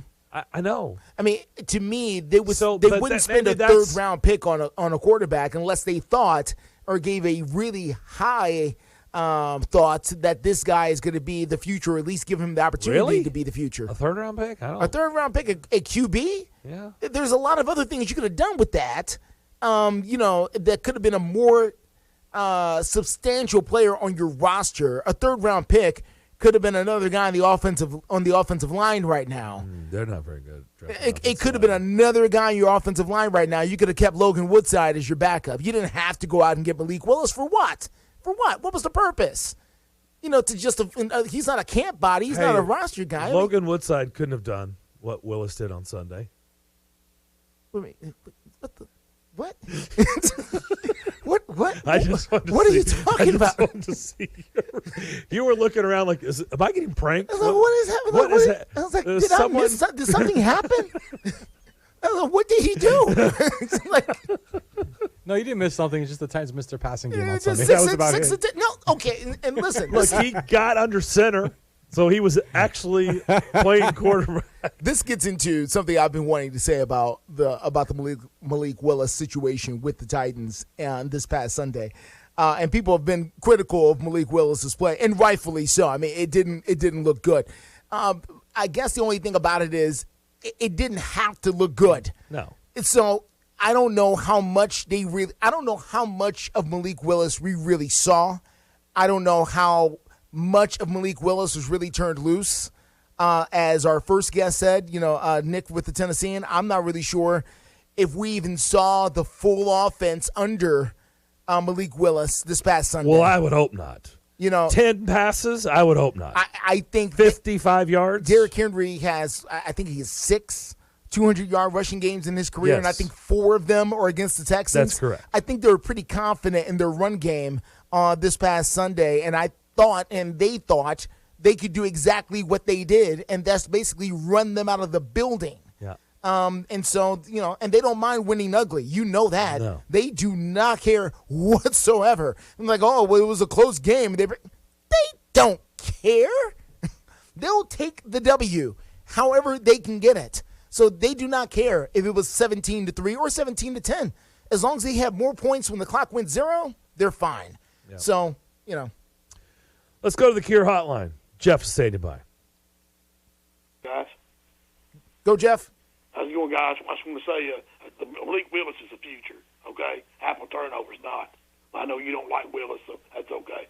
But if he plays a Sunday night, Derrick Henry will probably set the record for most carries in one football game if he plays. If Tannehill doesn't play. But Tannehill said, my ankle's hurting. He can't quite get up. So that's pretty much the deal. He's the future, and Apple turnovers not. That's the bottom line. That's why they drafted him, because Woodside ain't good enough. That's what's the bottom line. So I don't care. And A.J. Brown, the night A.J. Brown was traded, Robinson should have been fired, because A.J. Brown loves Philadelphia. If if they win the Super Bowl, it's going to make the Titans look bad again because they got rid of their best receiver and he wins a ring. That's why Queen Henry will never win one because he's with the Titans. That's why A.J. Brown loves it because he said Sunday, he said, we're having fun, we're winning, we're having fun. He said Philadelphia, he didn't have fun in Nashville. He's having fun in Brotherly Ludlow. He might win a Super Bowl. How about it, guys? Will the Titans ever win one? They might. 28, they might. If they can get some talent and then ownership. The Adams family gets out of it, get somebody could own that place. That Amy Adams trunk couldn't run a lemonade stand or a hardware store. Y'all hang in there and have a good day. All right. Thank you, Jeff. So, by the way, they weren't having fun last year. They were the number 1 seed in the AFC. That's whatever. I don't really care about any of that. You know, it's a situation where, again, everybody, we just got to November 1. And yeah, by the way, happy November. Happy November. It's a nice, by the way, beautiful weather. It is nice to start the month off. It is nice. They don't give away rings right now. I know the Eagles are flying high. It looks good. The Eagles number 1 on my list when we do the rankings tomorrow. Yeah. Eagles are going to be number 1. Oh, sneak peek. You already let the cat out of the bag, huh? Yeah, big surprise. They're undefeated. But, you know, have they played the Cowboys yet? Yeah. They did. They beat the Cowboys. That's right, the one time. The Giants and a couple other guys, I'm not sure if they're all the way through their division as far as play is concerned. Hey, they beat the Steelers. Who, the Eagles? Are you referring to the Eagles? Yeah. They played everybody. Have they played everybody in their division? Well, I think the Giants, they played Washington. They destroyed Washington. Yeah, they beat Cowboys. Yes, and the Vikings also was another one that was on their books. That's I'm why you wore green today. No, it's not. No, it's not? Okay. No, it's just, you know. So prelude of tomorrow? Prelude tomorrow? Teasing us? Giving a little taste for tomorrow, huh? A little taste for tomorrow. You know, fly, Eagles, fly.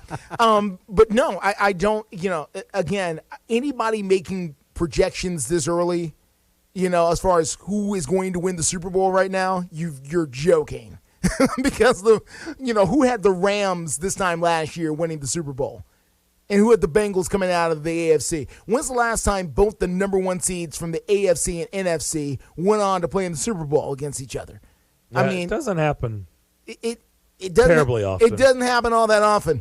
So, you know, about who can, you mentioned a few minutes ago, who can stop the Bills? Well, something mysterious in January. That's what can stop the Bills. I mean, I don't know what that is. I don't know who that looks like. Food poisoning? I don't know. I'm talking about some guy we've never heard of who has a monster game all of a sudden. Okay. Look, I'll take Bills Chiefs Part 2 again. That was one of the greatest games we've ever watched. Fun. But yeah, could Patrick Mahomes and the Chiefs go beat? They absolutely could. Sure. They absolutely could. It could somebody else rise up and meet their potential. And the thing about the last thing here is for this is about the Titans and the Titans' ability to win or not win or be able to do anything. The Titans have right now a guy on their football team who I believe could really honestly go to Canton here with Derrick Henry. He is doing things that is absolutely unbelievable. They've got other guys on their team. Jeffrey Simmons is just entering, I think, well his on prime. his way. But he's got a long ways to go. He does. Derrick Henry's he's approaching the doorstep. Yeah, he's getting there. He's about 80% the way, which is really good. When you have guys like that on your team, you got a chance to beat anybody. And I know it looks unlikely, and I know it looks like, well, how can they do it? When you have Hall of Fame guys on your team, then they do Hall of Fame things. That's how they do it. Now, is it going to happen? I don't know. It doesn't happen for all of them. But to say this team's got no shot, which I know you didn't say that, Darren, but I know there's a lot of fans who feel like they've got no shot to beat these teams. And even if they get blown up by Kansas City coming up on Sunday night, that doesn't mean anything. That's another loss. That means they're 5-3. It doesn't put them out of the playoff race. It doesn't bury them under. It just means they're 5-3. They go to the playoffs. You see them in January. Who knows what happens? Yeah. Speaking of the AFC, I know Halloween was yesterday, but are you trick-or-treating the Titans this year as a contender? As a contender for what? What does that mean? What do you are mean they a trick? Are they a good 5-2? What are they, 5-2 right now? Yeah. I mean, I would say they're one of the worst 5-2 teams in the NFL. Well, I mean there'll be people that will say that. Just like they said last year they were the worst number 1 seed in a long time, and guess what? They lost to the Bengals at home. They did. I mean, look, It doesn't matter right now. This is what Justin's getting at. Because the standard is Buffalo and Kansas City. Yeah. So no one is going to stack up to them right now. Not right now. The point is Justin's saying, well, let's wait 2 months and then see where everybody stacks up. Let's see how's everybody feeling. I get that because no one thought the 49ers would go into Green Bay last year and beat Green Bay. No. Right. There you go. Jimmy G. They were 500. Like, what were they? Game out of 500 last year, leading up to the last 4 weeks? You're in January. You're picking Jimmy G over Aaron Rodgers. Who's doing that? At Lambeau? That sounds today. Yeah. Now, today? yeah. It's different. But I'm just saying. Last year, no. It sounded insane. No. MVP year, back to back, no. It sounds insane. And then lo and behold, it's funny like that. Someone in our town just got an MVP award. We'll tell you who and tell him congratulations on the other side here on the McFarland Show. WNSR, Nashville Sports Radio. Hey guys, it's Zach. Now is the perfect time to download FanDuel, America's #1 sportsbook. Join today to get started with $150 in free bets guaranteed when you place your first $5 bet. That's free bets back if your bet doesn't win. Just sign up with our promo code TAS. There's so many great deals. You can combine your bets for a chance at a bigger payout with the same game parlay. And you get paid your winnings fast. All on an app that's safe, secure, and super easy to use. Don't fumble your chance to get $150 in free bets, win or lose, with promo code TAS. Make every moment more this season with FanDuel, official sportsbook partner of the NFL. In the state of Tennessee, you got to be 21 and up and present in Tennessee. First online, real money wager only. $10 first deposit required. Bonus issued as non-withdrawable free bets that expire 14 days after receipt. Restrictions apply. See terms at sportsbook.fanduel.com. Gambling problem? Call the TN Red Line, 1-800-889-9789.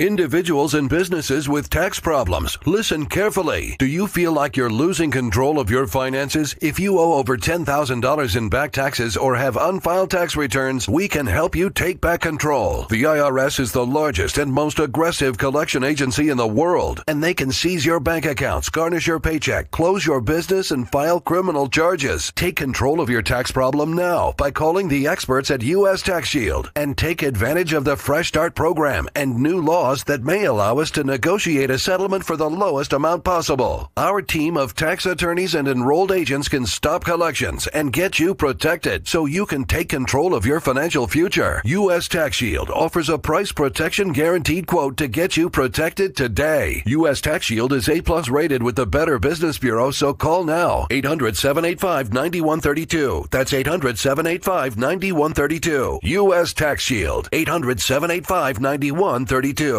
Greg Pogue back once again to tell you about Bongo Java, Nashville's oldest and most celebrated coffee company, now also located in the Omni Nashville Hotel. Reward yourself for surviving Nashville traffic with fresh, locally roasted coffee, classic handcrafted espresso drinks, and fresh baked goods all day long. And free Wi-Fi so you don't have to work from home. #1 in customer service. You made it through the traffic. Reward yourself with a perfect pick-me-up at Bongo Java. Fresh coffee, delicious treats, great atmosphere. Open 6 a.m. until 2 p.m. daily. Bongo Java at the Omni Nashville Hotel. It's a Bill King Show.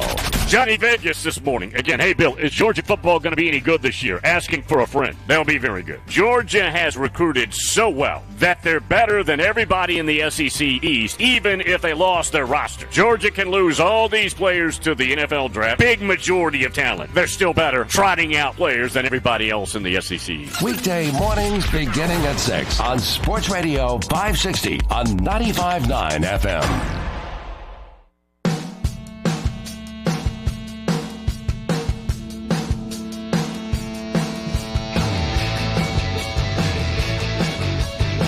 (615) 844-5600. The Cure Hotline. Wide open. Back here on the McFarland Show. We're live here at the Strike and Spare Family Fun Center studio. We have a visual. You can see us on Twitter and Facebook and YouTube. Yes, you can. You don't have to pay for it. It's free. Just saying. Just pay that internet connection. Yeah. Unlike the check mark from Twitter. Yes, which you'll have to pay for soon enough. That's soon enough. It's coming to a Twitter button near you. let's say and throw out a hearty congrats. Absolutely. To Hani Mukhtar. Yes. Who is MLS's most valuable player. Wow. The MVP of the 2022 season. Of the whole league. The whole league. Wow. Plays right here, not too far from this studio. No, not too far at all. Not too far at all. What a special thing for the first year of that stadium to get an MVP performance and a great ambassador of the game as well for MLS and for Nashville SC. Just fantastic to see that, and congratulations to him, and congratulations to Nashville SC because sometimes these things can be organizational at times where you get MVP performances. So this is a fantastic thing for them and their fans. So I would think he becomes the first lone MVP of a league in this market, correct? Going back to Steve, the late great Steve because McNair, who shared it with Peyton Manning. Yeah. And to me, and Darren, you were here for that, I was floored when that happened. I couldn't even believe it. I thought they would give it to Peyton and for them to split it, which I don't think they've ever done since. But it was really, really something incredible for that to happen. So, but yes, to go back to your original point, I think he would be the lone. Of course, Pecorine won the Venza, which is, of course, the goalie, best goalie of the year. Not quite the MVP of the NHL, though. Still a very high award, just not the top award. Darren, correct me if I'm wrong. Is that correct? So we've had goalies, defensemen, but we haven't had the Hart Memorial, which is basically the MVP of the league. Okay. Haven't had that. Thank you for getting my hockey hardware just together. Thank you. I wasn't quite clear on that. Well, and speaking of that, the Predators are in Edmonton tonight to take on the Oilers. Yeah. 8 o'clock tonight. Long road trip, which they do this time every year. Like Edmonton is not like slightly over the border. No. Edmonton is like in Canada, like deep in Canada. Well, that's where they are right now. And that's where they're going to remain for a little bit on this trip this week. Yeah, there is nothing at Bridgestone right now. Tonight, Thursday, and Saturday. Yeah. Well, they're setting up for the CMA Awards at Bridgestone, which is November the 9th. So there is nothing going on at Bridgestone from now until November 9. Yeah. So we had Emma Lincoln on last week, who was the Predators beat reporter. She's on the trip with the team, and she put out on Twitter that head coach John Hines said that Ellie Tolvanen and Kiefer Sherwood would play tonight against Edmonton. Also, Granlund. There was some shuffling. Okay. Some line shuffling while you were gone. Okay. Kyle Granlund will move back to center with Forsberg and Duchesne. So that would be considered the first line, correct? Or is that how that works? I'm asking. It's second line. Second. Why is maybe that? First. Yeah. Okay. Yeah. I'm about to say, why would they be on the second line? But okay. Yeah. And that's not a criticism, it's just a question. I don't know. In between Forsberg and Duchesne. Okay, all right then. It's been the top line. It's been the second line. So there was a interesting. John Hines moved Granlund out to the wing. Okay. In their loss, they lost at home to Washington on Saturday. They got to find something that works. Yeah, they got to. So if he's got to juggle around and see, if you got to move Forsberg back to the fourth line, whatever it takes, you got to find something. And we've seen this happen, especially in basketball. This happens quite a bit, where coaches will play with their lineup. Baseball happens all the time, where they move the batting order, changing it around, or even the pitching order. Sometimes they will change, just to try to find a chemistry that works for your team. And let's hope it's that simple. Let's just hope it's as simple as them just finding a lineup that works, because whatever they've been doing is not working. Yeah, they had Cody Glass centering the second line with Granlund and Niederreiter on Saturday against the Capitals, and it was Johansson on the top line with Duchesne and Forsberg. That's why when you said that, I was like, okay. Because you had Duchesne and Forsberg up with Johansson. Okay. You had Granlund on the second line, and now you're going to. So in other words, they've been playing with it. That's why. And because according they've to been Hines, moving it around. Okay. Now you got Granlund back centering the line, and Duchesne and Forsberg will be with Granlund. So the third line has stayed together. So we'll see. Yeah. I mean, the bottom line is they've gotten off to a start they don't want, No. and they've got to figure out how to change this up. Yeah. And they've got time. That's the good news is. They've got They time. have time. Yes, they do. They've got time to It's figure this November out. 1st. No, they've got time to figure this out. But, you want to try to figure this out sooner than later. You don't want to keep digging this hole for yourself because other teams are going to get hot later, too. And, you want to keep falling behind here. Got Game 3 World Series tonight. We got other things, trade deadline, lots of things going on in the sports world. We'll come back and wrap up Tuesday's edition of the McFarland Show next. Are you tired of your current vehicle? Maybe looking for a new or pre-owned vehicle? Hey guys, it's Zach. Hayes Nissan of Rivergate is the best choice for your vehicle needs. Located at 1550 Gallatin Pike North in Madison, Hayes Nissan of Rivergate has been serving the Middle Tennessee community for over 3 decades. That gives you confidence that Hayes Nissan of Rivergate can find the perfect vehicle for your lifestyle and your budget. Their friendly and knowledgeable staff will make sure you are taken care of. I should know because I've seen it firsthand. Every vehicle I've purchased has been from Hayes Nissan of Rivergate, and I love the entire process. Now, I don't want you to forget about their award-winning parts and service department. It has everything you need to get you back on the road. Go visit them on the web at nissanofrivergate.com. They're open there 24/7, 365 days a year. Or give them a call at 615-865-7220. Again, that number is 615-865-7220. That's Hayes Nissan of Rivergate, where your dollar always goes farther.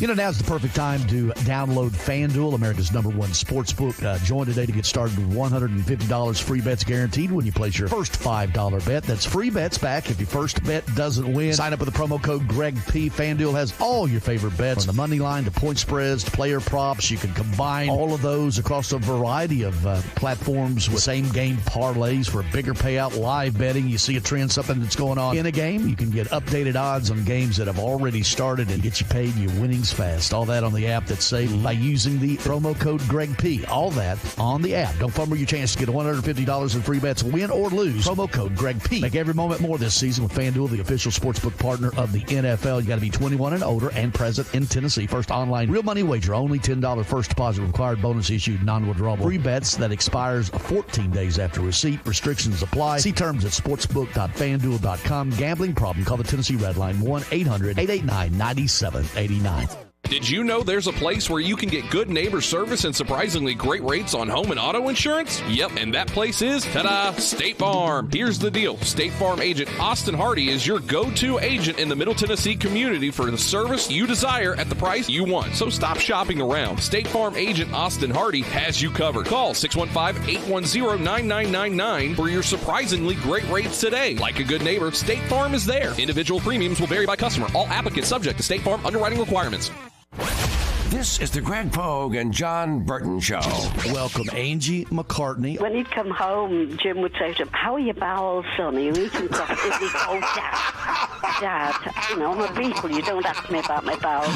Oh, it's not that funny. Come on. We didn't expect to be talking about Paul's bowels this morning. Greg Pogue and News Channel 5's John Burton, WNSR, Nashville Sports Radio.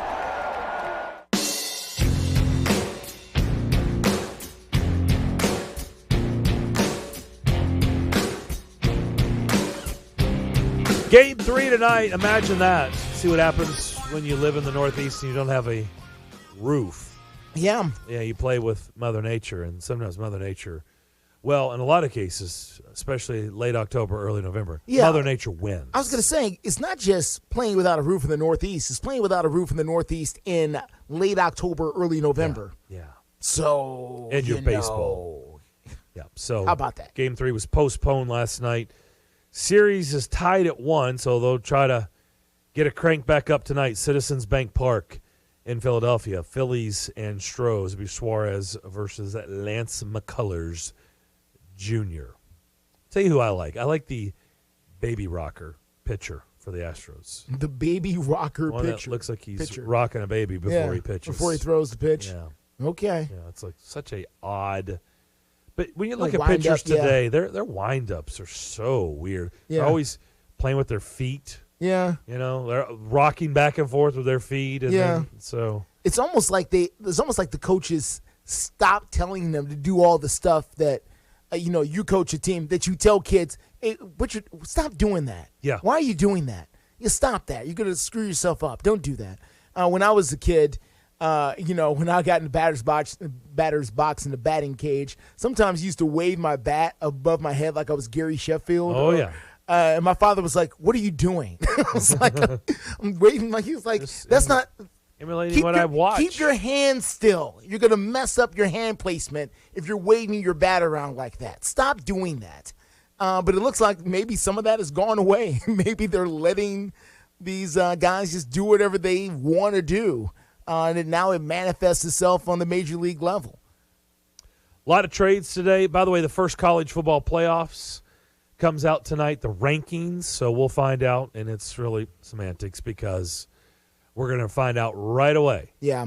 Georgia and Tennessee are going to play, and that's going to knock somebody down some pegs with a loss, okay? So somebody's going to lose. The real question is going to become, Darren, and we'll get into a full blast tomorrow, is what happens when the undefeated teams, remain undefeated, and then we get to that 4-team matchup, and now you're having to choose between an undefeated Power 5 champion and the extra SEC team.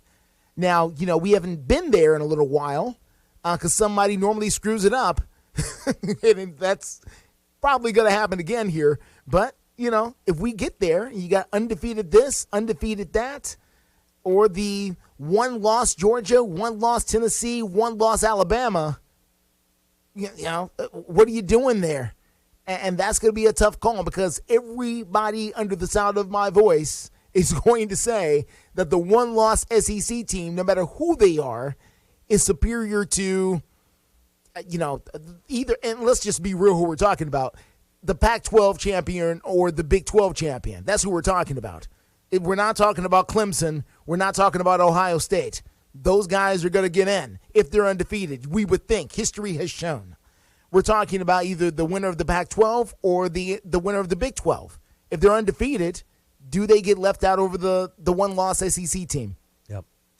It'll be interesting. Some teams that feel like they're contenders. I guess this would be a treat using Ray's trick or treat. I don't believe these are trick teams.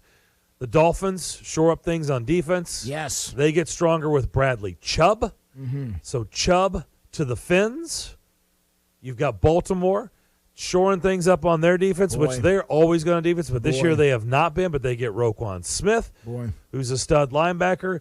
Jeff Wilson, the running back, the 49ers ship him out. Yeah. He gone. Naheem Hines out in Indianapolis. He gone to Buffalo.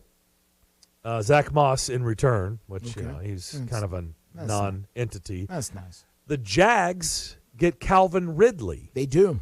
Who is unable to play right now because he's been suspended by the league all season. Yes. The Steelers ship out Chase Claypool. He goes to the Bears. And a lot of people wondering if with the Titans being that, there's other teams, but Claypool to the Bears. I don't know. I don't really understand. That was the one I don't understand. I don't understand why you don't understand that. Why the Bears want Chase Claypool. They want him for next year. Chase Claypool? What's the problem? What do you think of him? I mean, he's the answer? He's the solution? The answer to what? Hold on. Who said anything about why are we jumping all the way to cure for cancer versus just a nice player to have for next year? Second round pick. Yeah. Second round pick. They thought, based on what they've seen, maybe the Bears thought, we're going to need another receiver anyway. Instead of drafting one next year, what if we just go ahead and get this guy? Okay. And just roll with it. Man, you're sensitive when it comes to the Bears. I'm not sensitive. I'm just asking, you're asking me questions. I'm responding. TJ Hawkinson goes in the division. Yeah. Goes from Detroit to Minnesota. So the Vikings are all in. They're chips. Now, you've had 2 hours to think about it. Have you been able to come up with another interdivision trade for me? No. Okay. It's kind of hard to think when we're doing the show. That's true, too. Yeah, it is. Just saying. So there you go. Those very active, very, very active NFL trade deadline. It has been. And by the way, there were already change. moves that have been happening days prior to this. Absolutely. Weeks. So, yeah, I mean, it's Christian McCaffrey happened, 2 weeks ago? No, that just happened. Last week. Christian McCaffrey? Yeah, last week, right? No. Christian McCaffrey played with the 49ers against the Chiefs. I thought his first game was Sunday. It was not. No, it was with the Chiefs. He had a package of plays in the Chiefs that first game. I think he played mostly in the first half, and then after that he sat down. But it's now, like 2.5 weeks. They go into a bye, another week or 2 weeks. Watch out. First touchdown was a pass. That'll do it for our show on this Tuesday. Have a great day. We'll talk to you tomorrow starting at 2 o'clock. Stay tuned. Afternoon stretch. Next.